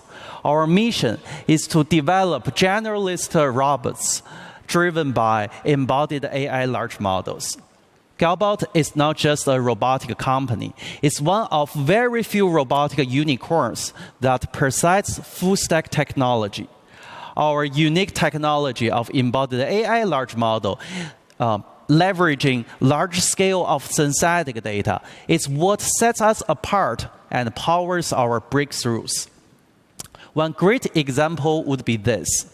At the World Humanoid Robot Games 2025, Galbot emerged as the only fully autonomous gold medalist in the Live Working Challenge, while approximately 20 other teams relied on human teleoperation. Our robot operated entirely on its own intelligence, and we outscored the second-place team by a staggering 170 points. This wasn't just a victory, it was a validation of our AI large model. So what enabled this performance? It is our unmatched full-stack technology capabilities. We've built up the entire value chain from scalable synthetic data generation to our proprietary embodied AI large model, all the way to the hardware. Through a unique technology of synthetic data and sim-to-real paradigm, we've accumulated 10 billion embodied intelligence dataset, the largest in the world so far. We also set a high bar to our hardware. Every one of our humanoid robots will go through strictly quality control and meet the industrial grade and IP54 standard. This all give our robots the generability and the sustainable performance. I will start with introducing our AI and the AI model and the data. So as you may know, a promising approach to make robot general purpose is vision, language, action model. In short, VLA model. VLA models are embodied multimodal large language model, allow you to command the robot using natural language. It's simply like you just speak to the robot, please help me to pick up the apple, and the robot just do the work. So here, the VLA model will listen to your instruction and directly outputs the action commands that drive robots working. One biggest challenge that VLA approach faces is lack of data. We don't really have internet scale of robotic data. So here come our flagship VLA model, Grasp VLA, which is the world's first VLA large model pre-trained entirely on synthetic data. Synthetic data becomes the scalable and unlimited resource of embodied AI. Here, I visualize the billion-scale synthetic data that is behind Grasp VLA. The data covers all kinds of scenes and tasks with diverse object layout, environments, and language commands. Training on this largest corpus of embodied AI model data, our model Grasp VLA has achieved what we call the 7 gold standards of robotic manipulation. Generalization across different illuminations, backgrounds, positions, object categories, and maintain robustness under dynamic perturbation and out-of-distribution cases. This proves to the world that synthetic data is not a compromise. Instead, it is a scalable and more efficient path to robust real-world performance. Not just the pick and place, we're applying this principle to solve some of the most challenging and complex tasks in robotics. For long horizon tasks, we generated a billion-scale synthetic dataset for folding clothes of different textures. This also helped our robot to do laundry. And building on this massive data foundation, we recently released the world's first bimanual VLA large model for grocery manipulation. Imagine a robot that can recognize and pick up over thousands of different grocery items, and even use both hands simultaneously to handle 2 different items. This brings unprecedented efficiency to tasks in logistics, retail, and our future homes. Intelligence is not just in the hands, it's also in the feet. We recently released the Naviform, which is the world's first cross-embodiment, multitask, map-enabled navigation foundation model for long-range autonomy developed by Galbao team. With Naviform, you can see this model output the future trajectory of how a robot dog should move. By this, our robot dog can autonomously deliver items using a map in outdoor environment. It can also navigate with extreme precision, avoid obstacles as tiny as 2 centimeters. It can even perceive and avoid transparent obstacles like glass doors. Crucially, Naviform is cross-embodiment. The same core model can be deployed on drones, humanoid robots, and robot dogs, dramatically accelerating development across the entire field of mobile robotics. Maybe people might not be so satisfactory about just driving humanoid-like cars, so we also care about legs. For humanoid whole-body control, we develop Any2Track, a whole-body motion tracking system. It enables our robots to learn and track any kinds of complicated human motions in just a few days, demonstrating best interior robustness to resist disturbance and maintain stable performance. Beyond the motion, we have Dext NDM, a groundbreaking Dexter's neurodynamics model, which we can show in the next page. So intelligence is also not just in feet, it's also about hand. Unlike traditional trajectory programming, it uses a learning-based approach, enabling Dexter's hands to flexibly rotate and manipulate complex irregular objects, including all kinds of tools like screwdrivers. And in the next page, we will see this model can actually operate very challenging objects, including very long objects or tiny atoms, achieving arbitrary orientation and precise handling. Yeah, so the video can show it. So based on our stable technology, our robots are ready deployed at scale in various scenarios. So the next slide, we will see at a Mercedes-Benz factory, our robots perform automatic quality inspection on sunroof assembly lines. And this quality inspection is purely based on visual perception. So the robot can understand what is happening in a runway and correct placement errors in real time.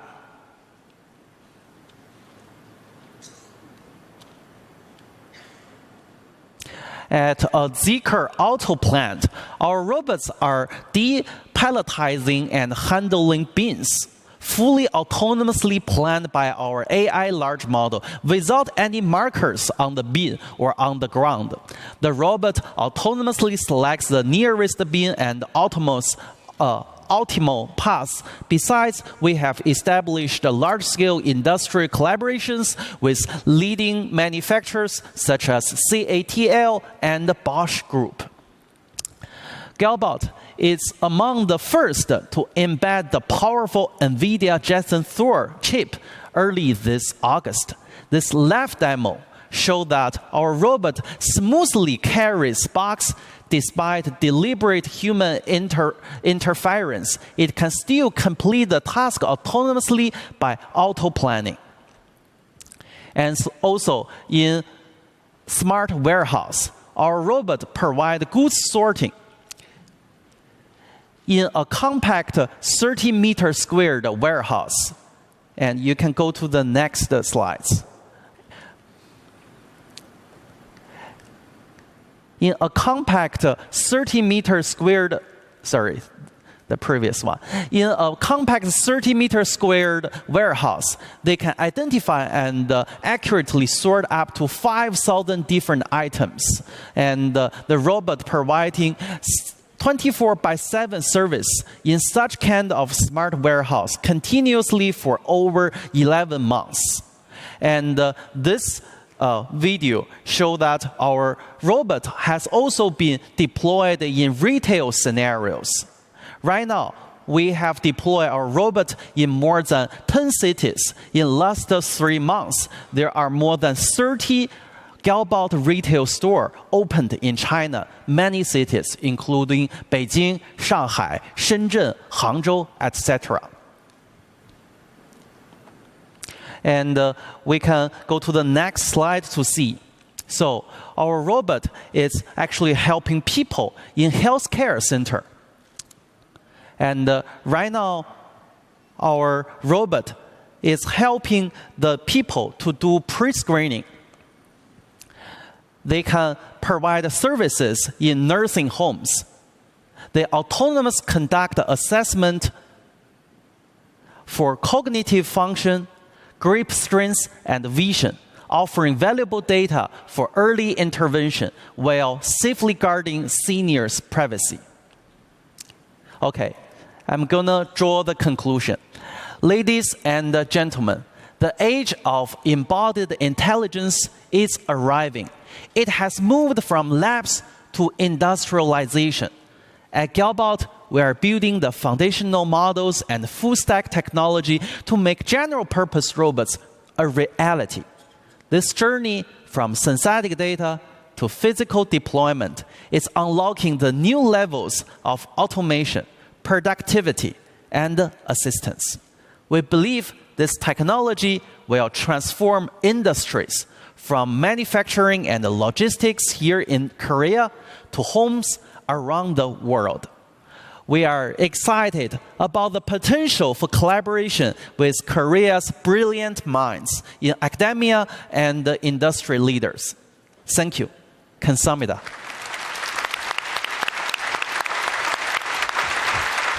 네, 갤봇의 왕어 대표의 강연 잘 들으셨습니까? Did you enjoy the presentation by Wang He, CEO of Galbot? If you have any questions for Mr. Wang He, please add the KakaoTalk channel ID SDF as a friend and send us your questions. We will select some of them to be answered during the panel discussion. Next, we will hear from Lee Jae-sung, the CEO of 12 Labs, about the new industrial waves to be unleashed by super intelligent AI. Please welcome him with a big hand.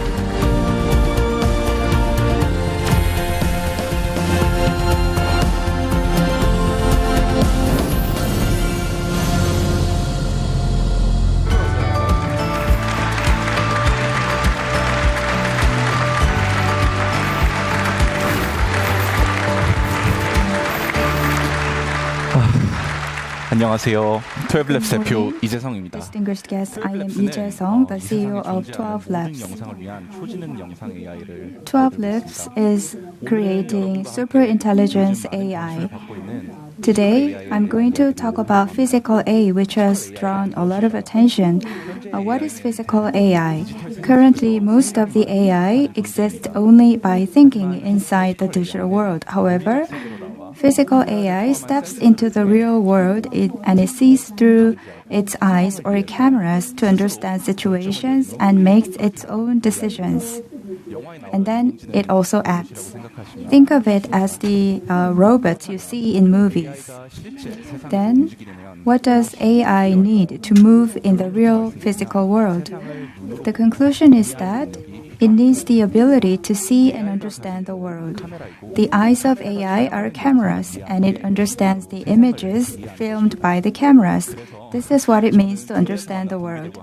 So, together with my fellow soldiers from the Korean military, I co-founded 12 Labs.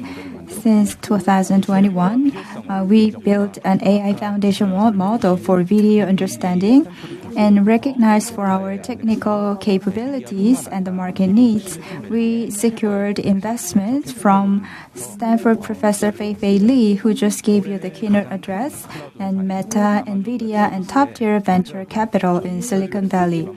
And we were also selected for Bedrock, which consists of 12 world-leading AI models chosen by Amazon Web Service, the largest cloud company.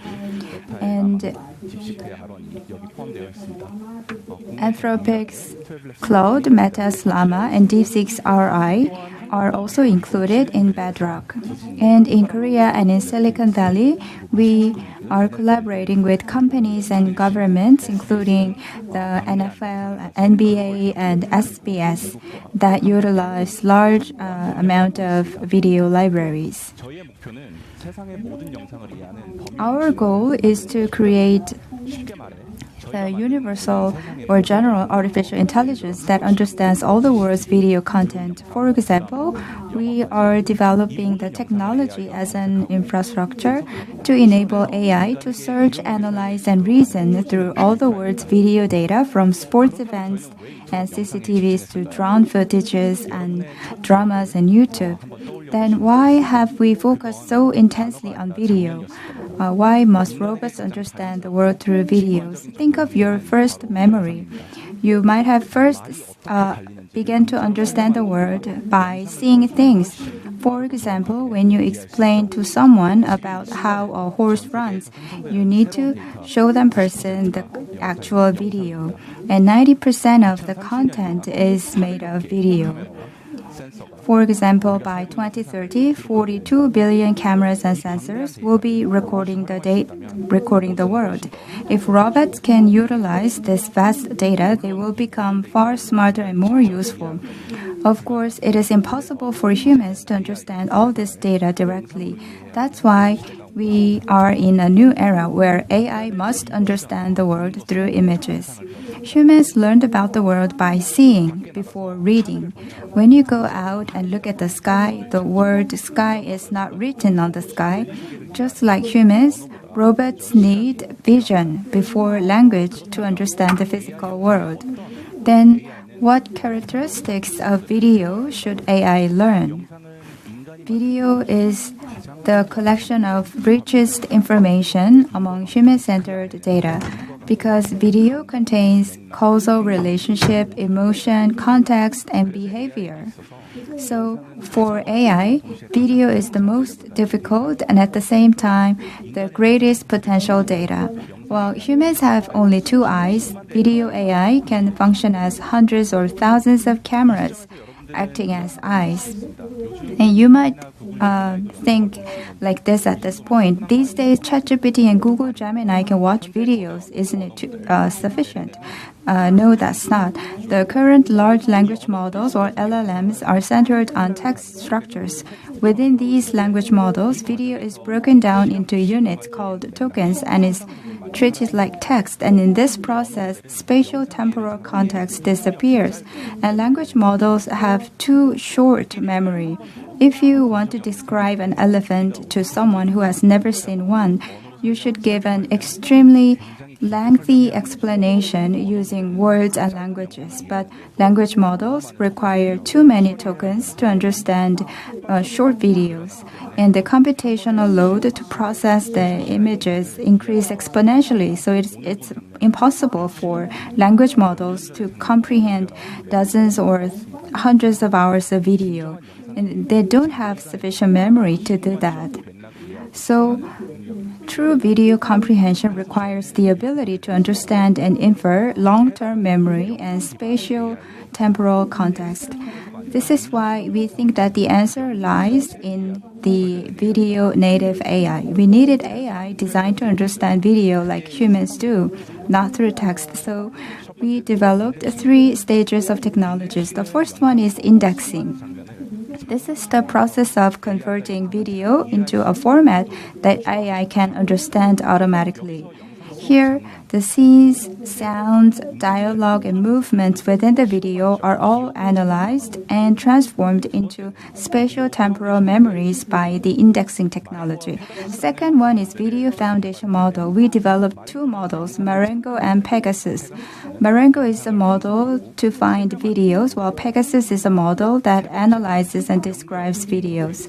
Third technology is connection. 12 Labs technology serves as an interface that companies and developers can easily connect to and use. For example, when a company uploads multiple videos to the system, the AI automatically analyzes and organizes the content, making it searchable. And users can simply say, like, find all scenes where players haven't committed a foul, and they can get immediate results. In short, 12 Labs is a platform that transforms video data into memories AI can think about, and it enables companies to utilize it in diverse ways. Let us deep dive into this. Below is Marengo, a model that understands and searches video, and above you have spatial temporal context. Our AI system doesn't view videos in isolation, but it understands them within the continuity of time and space. For example, when police are tracking criminals using hundreds or thousands of CCTV cameras, the existing AI can only recognize things like who passed by, so they have to review all the camera footage separately. But our technology can understand causal relationships and can connect multiple things into a single flow, and the police can identify the behavior patterns of the suspect, and they can go right to the locations and investigate the case. The first step toward physical AI is to understand video and to be able to recall the video and information whenever needed. It's just like how humans see and understand the world with their eyes, and when the time comes to make a decision, then they retrieve the scenes from their memory and use them in their thought process. So for this purpose, we developed our first model, Marengo. Marengo integrates video, images, audio, and text into a unified one, and then it understands video like humans do. For example, if you say, find the person with the red umbrella on Hongdae Street, it can instantly locate the scene from millions of hours of footages. It achieves up to 3 times higher search accuracy compared to major global AI models. So it's not just a simple search, but it retrieves videos based on hundreds of meaningful meanings embedded in the footage.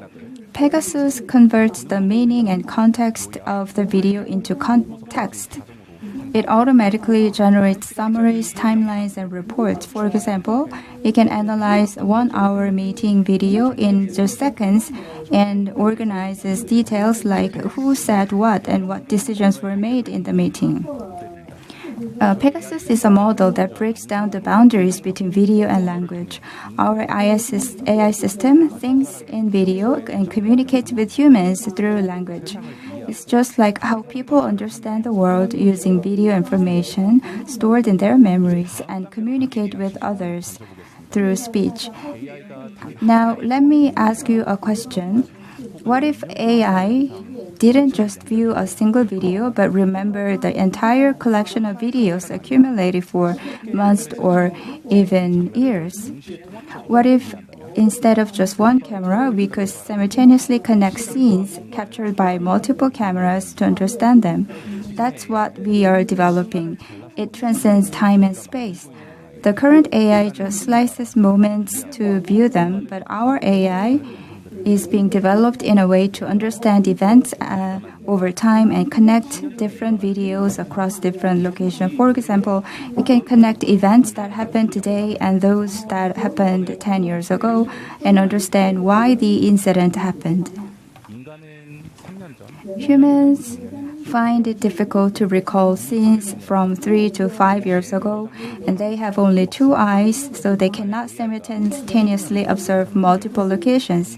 If AI could remember decades of footages while simultaneously understanding and reasoning through the hundreds of camera angles, it would become super intelligence. It will be able to remember, compares, and analyze its reasons on its own.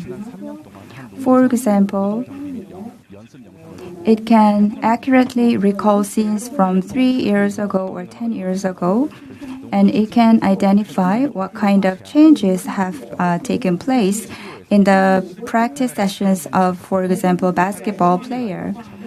And it can also automatically edit the camera footages into meaningful information. This is what will create value in the physical world.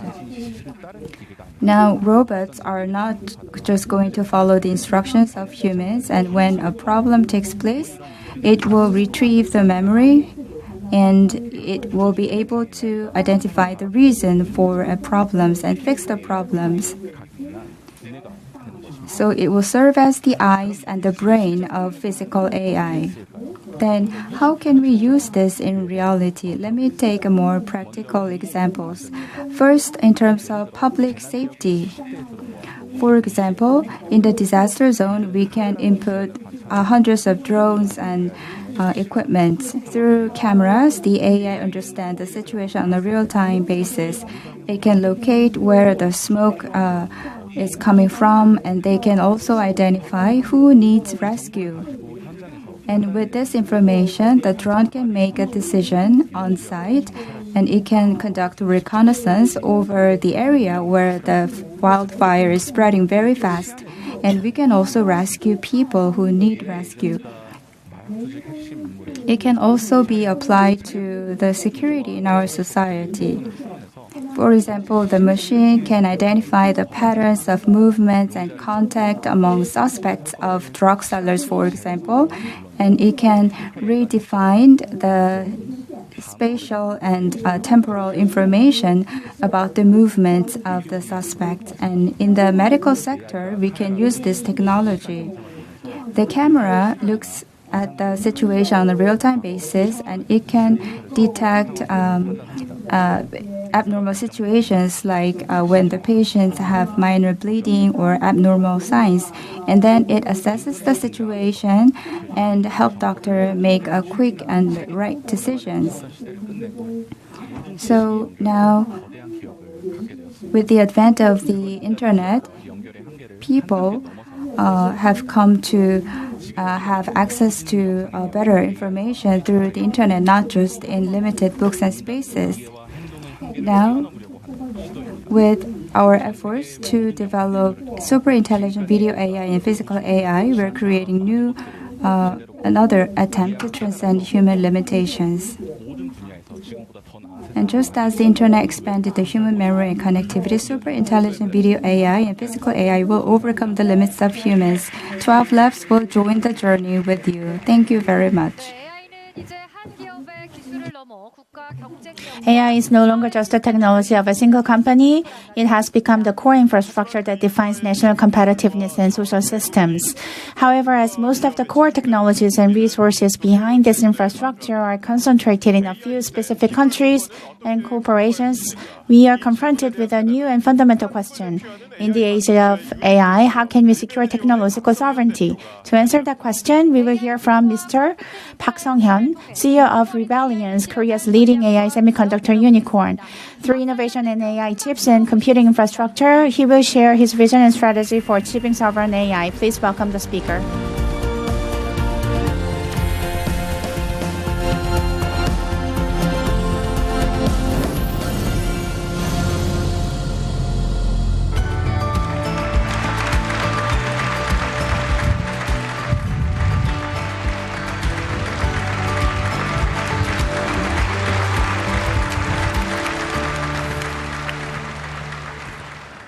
안녕하십니까. Hello, everyone. On behalf of the Republic of Korea and also beyond Korea, we are a company that wants to take on challenges. My name is Sung-hyun Park, representing Rebellion. I'm going to talk to you about the sovereign AI and also infrastructure and also AI semiconductor, which is a huge part of infrastructure. You must have heard sovereign AI a few times. The word itself is difficult. To simply put, it's a self-dependence and same as a food security. In the same context of sovereign AI, is we design, produce, and scale up AI. We need to have that capabilities. So sovereign AI has to be on the equal footing as the food security. And that is the core concept of this sovereign AI. People say sovereign AI is right and no, and some say it's not right, but that is because of the misconception. From A to Z, we cannot achieve sovereign AI because if you look at the self-defense, we cannot create the entire ecosystem from A to Z. We cannot be an isolated island. We cannot do this alone. The essence of sovereign AI is to have the core center and then focus on the core center and then try to create an ecosystem through partnership with external parties. That is the true essence of the sovereign AI, so that we can secure national competitiveness. 그런 소버린 AI 의논을 좀 더 키워나가기 위해서는 여러분들 머릿속에 AI 밸류 체인을 한번 이해해 주시면 좋을 것 같습니다. Let's talk about the AI value chain. We talked about the foundation model emphasized by the Vice Prime Minister. The essence is the AI algorithms. To develop AI algorithms and allow the public to use AI algorithms is we need an extensive set of data and also data center and the models to support it. In the morning, you must have used a ChatGPT. In order to use ChatGPT's like technologies, we have to develop applications, and those applications are based on inference and infrastructure. Whenever we use the word infrastructure, people easily come up with an image of port, airport, and so on. Infrastructure has obviously been the backbone for our economy to grow over the past administrations. And as an IT powerhouse under the Kim Dae-jung administration, we succeeded in building up IT infrastructure. You must remember the names like Cholian and High-tariff, and now we are used to the Kakao, and now you can watch Netflix on the move on a subway train. So internet cable lines and 3G, 4G, 5G, all are backed by IT infrastructure. We have to have AI infrastructure, and the core assets are data centers and the inference capabilities. There are many interesting overseas cases, especially in the realm of sovereign AI. There are many developments that are interesting. In France, once the country was faced on export control, but they were worried, what if chips are not delivered by overseas suppliers? That's why the country decided to create a data center, not only in France, but also in Europe as well. And Saudi Arabia and Qatar, the Middle East, they sell oil and commodities, but now they are focused on AI-related infra assets, and they are building their own sovereign AI. They are very aggressive, Saudi Arabia and UAE. Based on that, we talk about data centers in the megawatts and gigawatts. But AI semiconductors are the key to data centers. SK Hynix and Samsung Electronics are the leading memory chip makers. And memory chips are used to do the computing, like NVIDIA products and so on. Those are needed to run a data center. And now we are hearing the use of 260,000 GPUs coming into Korea. It is something to celebrate together, but we also need to ask a question. How can we support the power? How can we provide stable power in terms of CAPEX and OPEX? How can we ensure efficient power generation operations? And how can we have a proper design of OPEX and CAPEX so that we can be sustainable? In terms of civilian, we are focusing on the inference. It is all about making a foundation model for inferencing and then providing as a service. And the learning, you have to cluster many different GPUs. Software ecosystem and interconnection are needed. So NVIDIA's GPU cannot be replaced in the near future. But in the world of inference, we can utilize the existing GPUs. In order to have a sustainable inference business model, we need to have sustainable power supply. That's why Rebellion is focused on creating energy efficient products. If you look at the inference market, training market is bigger. NVIDIA has the greatest market capitalization. For the past 3 years, the training market is colored red, about growing at 3 to 4 times, but inference market is expected to grow by 15 times. The gravity is shifting from training towards inference. And we are focused on that inference sphere. As said to you before, the training has to be dependent on NVIDIA GPU product, but it is quite power consuming. So we need inference specific semiconductor. NVIDIA is for general purpose, but our product is highly optimized for inference alone. By having such a semiconductor product, you can reduce OPEX and CAPEX.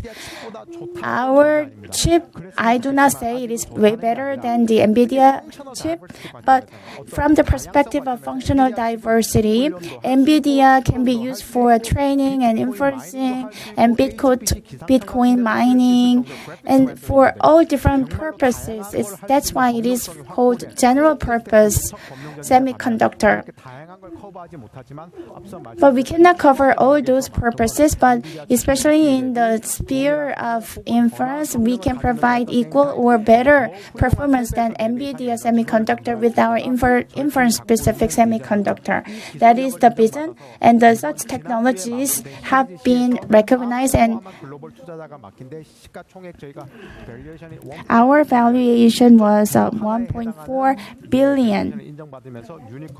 And that's how we became a unicorn company. Before closing, I'd like to share a demo video. Rebellion Atom chip and NVIDIA A100 chip are cross-compared. Same software, different hardware. What kind of results would come out? You can check it out on this slide. This is ChatGPT LLM model. Same software is being run. As you can see, the token per second same, TPS the same, and the green colored one is the power consumption status, and the blue colored one is NVIDIA consumption status, and NVIDIA chips is consuming 5 times more power than our chip, Atom chip. The OPEX the average and the CAPEX are way lower. And this is the image generation in real time. Image per second, performance the same, but NVIDIA chip is consuming way more than our Atom chip. So power consumption wise, we can run softwares and programs on way lower power. Efficiency on average 5 times better, and the average power consumption 2 and 2.5 times difference. This is the achievement made over the past 1.5 years, and in the world's renowned societies, we made this demonstration and then recognized as a unicorn company. That was the journey of rebellion and sovereign AI.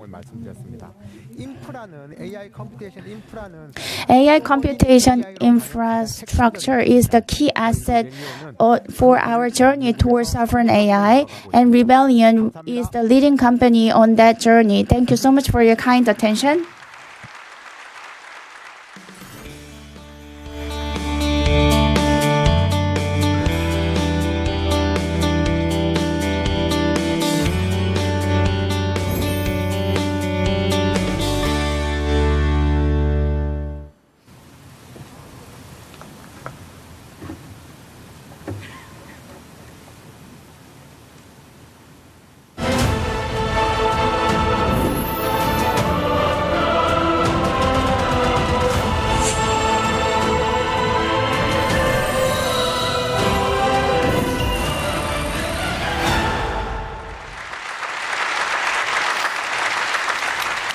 네, 여러분 강연 잘 들으셨습니까?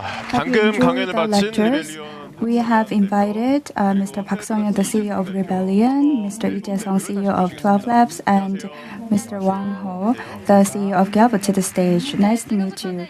From now on, we're going to have panel discussion session. If you have a question, please add SDF as your friend in the Kakao Talk channel, and we will answer your question. First of all, Mr. Sagong Seung-geun can speak Chinese. So I would like to ask you to deliver the question for Mr. Wang Ho in Chinese. Yes, I don't speak very good Chinese, but I would like to ask this question first in Chinese. First, we have common question. I'm going to speak in Korean first and then in Chinese. In the era of AI, we have higher interest in the sovereignty over technologies. I wonder what you think about sovereign AI. AI 的时代到来之后，那个知识产权的关注越来越高。现在在中国的氛围怎么样 Okay. So, yeah. I think technology sovereignty is a common like a question for all major economy. For every major economy, they don't want to really fully rely on external technology supply. Instead, they want to build their own system, have to secure access to this, new era infrastructure, AI. And in China, I think we have a very pragmatic view of this. We have a lot of AI talents, a lot of researchers, engineers, and that's why AI companies in China have built a lot of AI models and covering all kinds of applications in AI, from natural language processing, for example, LLM, and from to computer vision models to embodied AI models. However, I don't think technology sovereignty means self-isolated. It actually means everyone can contribute to the global development of AI. In China, many leading AI models are open sourced. For example, LLM like Kimi, and vision language model VLM like QWin, and also embodied AI models like Grasp-VRA from our Galbot. All of those models are open sourced. We welcome everyone in this world to fine-tune this model for your purpose, for your applications. I think this altitude basically embrace global collaboration on AI development, and I believe this will build a brighter future of AI in every country. 예, 공통 질문이기 때문에 이어서 이재성 대표님. This is a common question, so Lee Jae-sung, please answer. 저는 한국이랑 미국을 왔다 갔다 많이 해서 First, I come and go between the US and Korea, and I have two different views. In the case of Korea, we talk very often about sovereign AI, so I want to talk about the US perspectives. In the US, they are not using the terminology sovereign AI. It is not sovereign AI because unexpectedly they are in a position of attacking others. And through open source model of China, the US somewhat feels unstable in terms of their hegemony, but still the US thinks that they're superior to others. And if you look at the AI efforts driven by the US, the efforts were driven by the businesses and private sector. As for computer chips, the government came up with regulations, but if you think about the capital and the efforts for infrastructure, all these depend highly on the capex of businesses in the US. So in the case of the US, the companies are taking the lead in developing AI in a way to maximize their profit. Of course, if you look at some companies that are generating revenues from AI, they have become very large, and if they fail, a crisis like subprime mortgage crisis could take place. This is what people are worried about because they have become too big to fail. So in the US, the government is highly likely to intervene in the AI development process, like creating sovereign funds for developing AI. And the AI technology could be, in a way, weaponized. In the case of Korea, Korean sovereign AI, actually, we need to explore the market. And first, we could target vertical AI and make an AI that could be exported to other countries. Also, we have strong economic foundation, including manufacturing and content industry. Then the sovereign AI we need to go for will be different from the sovereign AI pursued by other countries. 저는 앞서서 세미나에서도 좀 말씀을 드렸는데 As I talked in my presentation, there are two things. AI is very important. So we need to have certain level of value chain. We can buy food from outside and we can import food from outside, but food is a very important thing, so you have to have a certain level of value chain. Same applies to AI. The key to sovereign AI is will be decided whether you have the capabilities to export AI-related products and services to overseas markets. Before we used to have our own version of Coca-Cola, something like that. So it's sovereign AI is about having the capability to export something related to AI, and then we can move from that point. I am focusing on memory chip product, and now our next mission is to achieve vertical integration. We can produce something that can be consumed in Korea, but we want to manufacture something that we can export to overseas markets. That in that sense, sovereign AI should be pursued.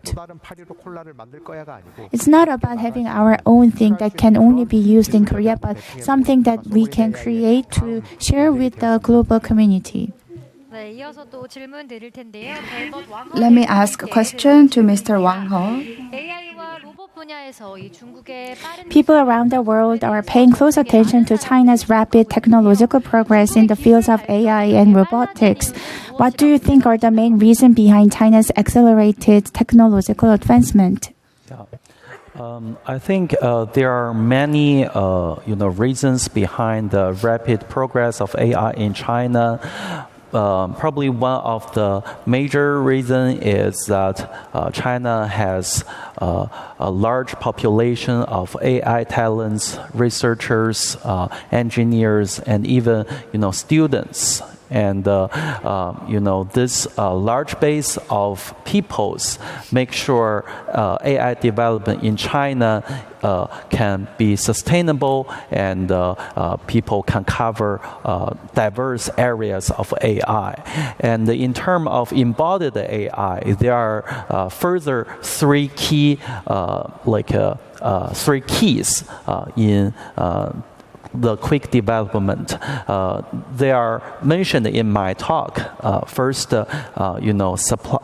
hardware. China has a very comprehensive supply chain, and at this early stage of humanoid robots, you can buy all kinds of parts and pieces in China, for example, Shenzhen, in a day. And people are able to assemble, and prototype robots very quick. And also data and the model. I think for robotic data, it either comes from synthetic world or real world. In Galbot, we build a comprehensive pipeline to automate the synthesis process so that we have scalable and unlimited amount of synthetic data. And for real data, I think the labor cost is low. That's why, in the future, we have the potential to hire more people to teleoperate robots to collect data. And I think the last but not the least, the vibe in China is very important. People really embraces new technology. In the internet era, people have benefited so much from using mobile apps. Now, delivery, online shopping, all kinds of things have making our life really convenient. And that's why for humanoid robots, for AI, the general publics maintain a happy and welcome attitude, and so that it forms this trend to quickly facilitate the progress of it. And that's it. 그런데 이 로봇 기술 수준이 Then the level of robotics technologies develop further, the role and jobs of humans might be decreased. Many people are worried about this. You are at the forefront of AI technology development, Mr. Park. This is a difficult question. It is very difficult to openly share my opinion in front of everyone. AI is so good at coding, just like you know. And I myself earned my living with coding. After finishing my PhD program, I was proud to say I'm a good coder. But Claude, it's way better than I do when it comes to coding, speed, and so on. And the cost cheaper than I do.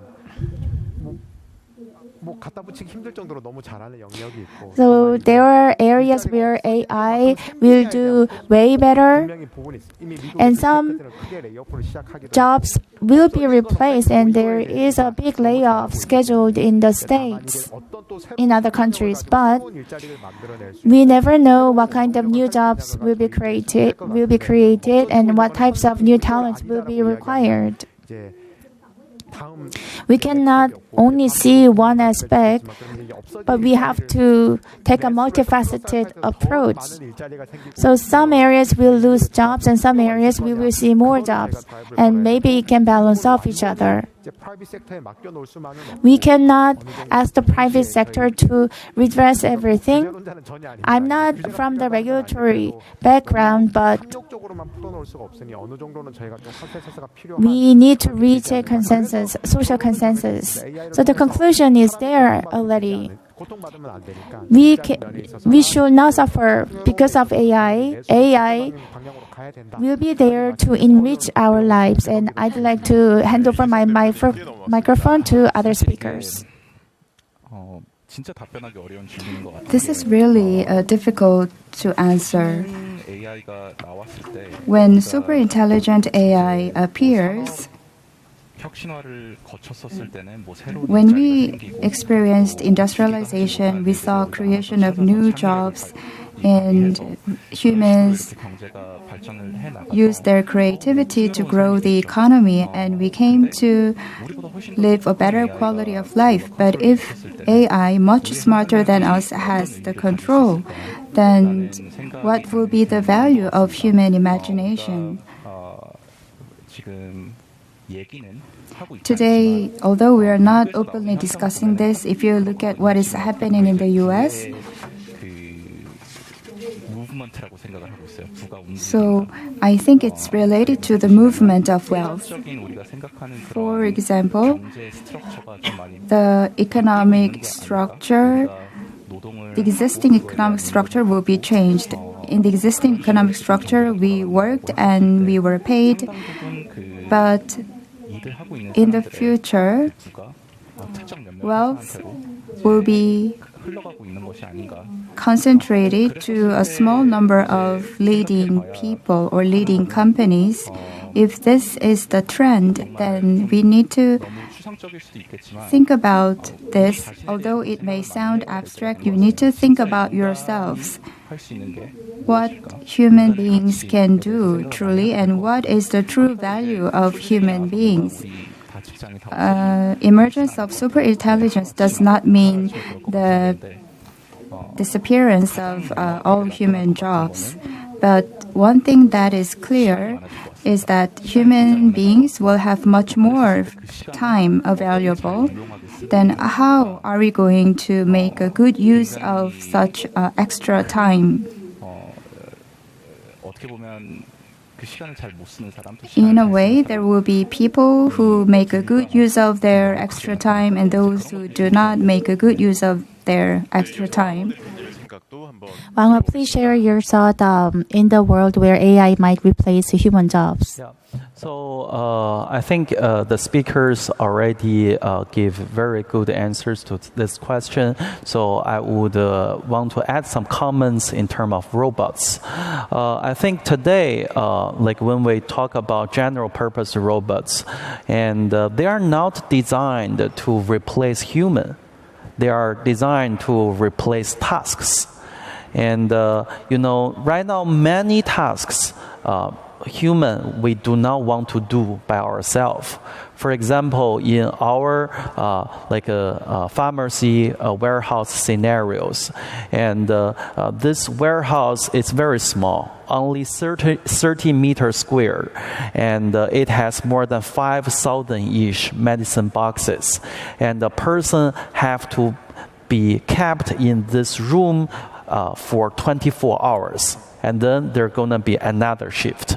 And during this 24 hours, even during the night time, when there are some order comes, this guy has to get up from the bed and fetch the medicine boxes and give to the delivery guy. And this is just a torture. Think about it, the order comes sometimes in 5 minutes, sometimes in 10 minutes. So there won't be a continuous time that you can go to sleep. And you have to keep awake during this whole night to finish this medicine box sorting, pick up things. And that's why now even in China, there are very less people still willing to do this job. And when pharmacy warehouse they want to expand, they are facing a lack of laborers. And in this case, we use our humanoid robots to do this job. It's basically, help the pharmacy company just resolving this lack of labor issue.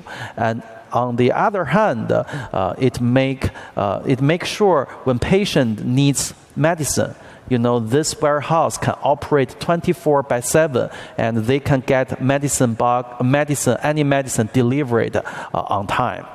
I think in a larger picture, all East Asia are facing severe aging problem, even China. And the population of newborn has decreased a half in the last 7 years in China. So even China, we are seriously thinking about the future of manufacture because of this potential decrease in labor.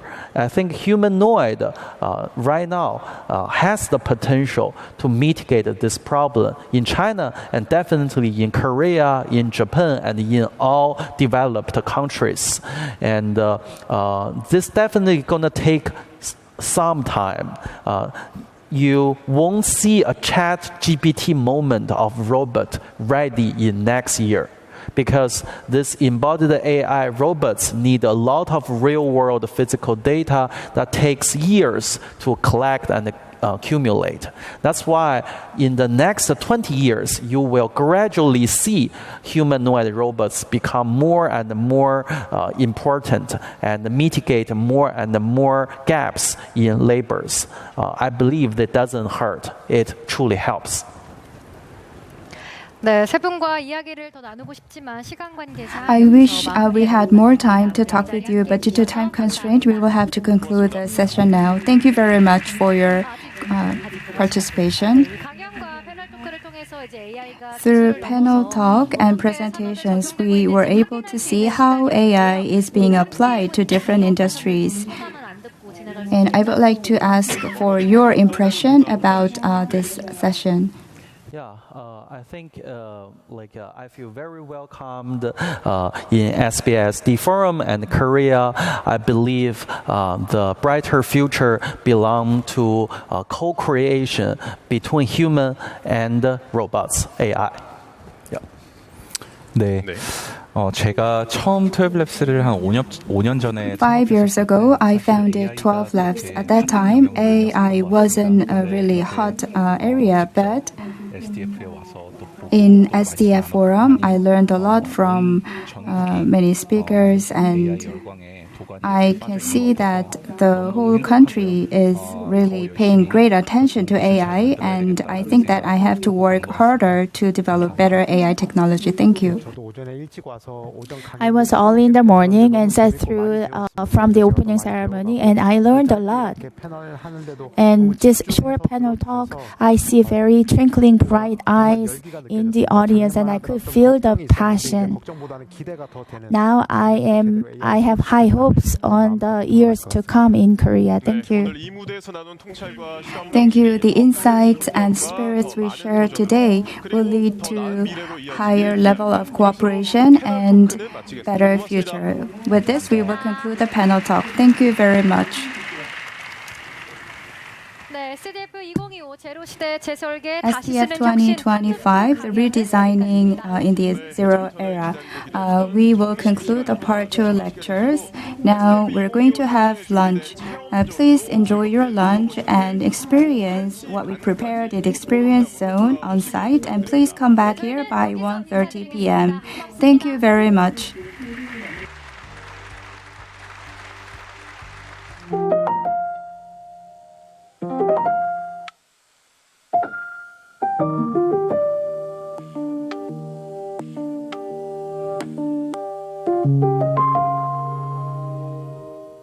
Earlier this summer, your comments about an AI bubble made headlines worldwide. Do you feel the message was received as you intended? Companies that say I'm an AI company are raising huge amounts of money, and many of them will fail. But the kernel of truth is there, which is this is going to be a transformative technology. So there will be many huge winners, a lot of big losers, and that's probably just an inherent part of a moment in technology like this.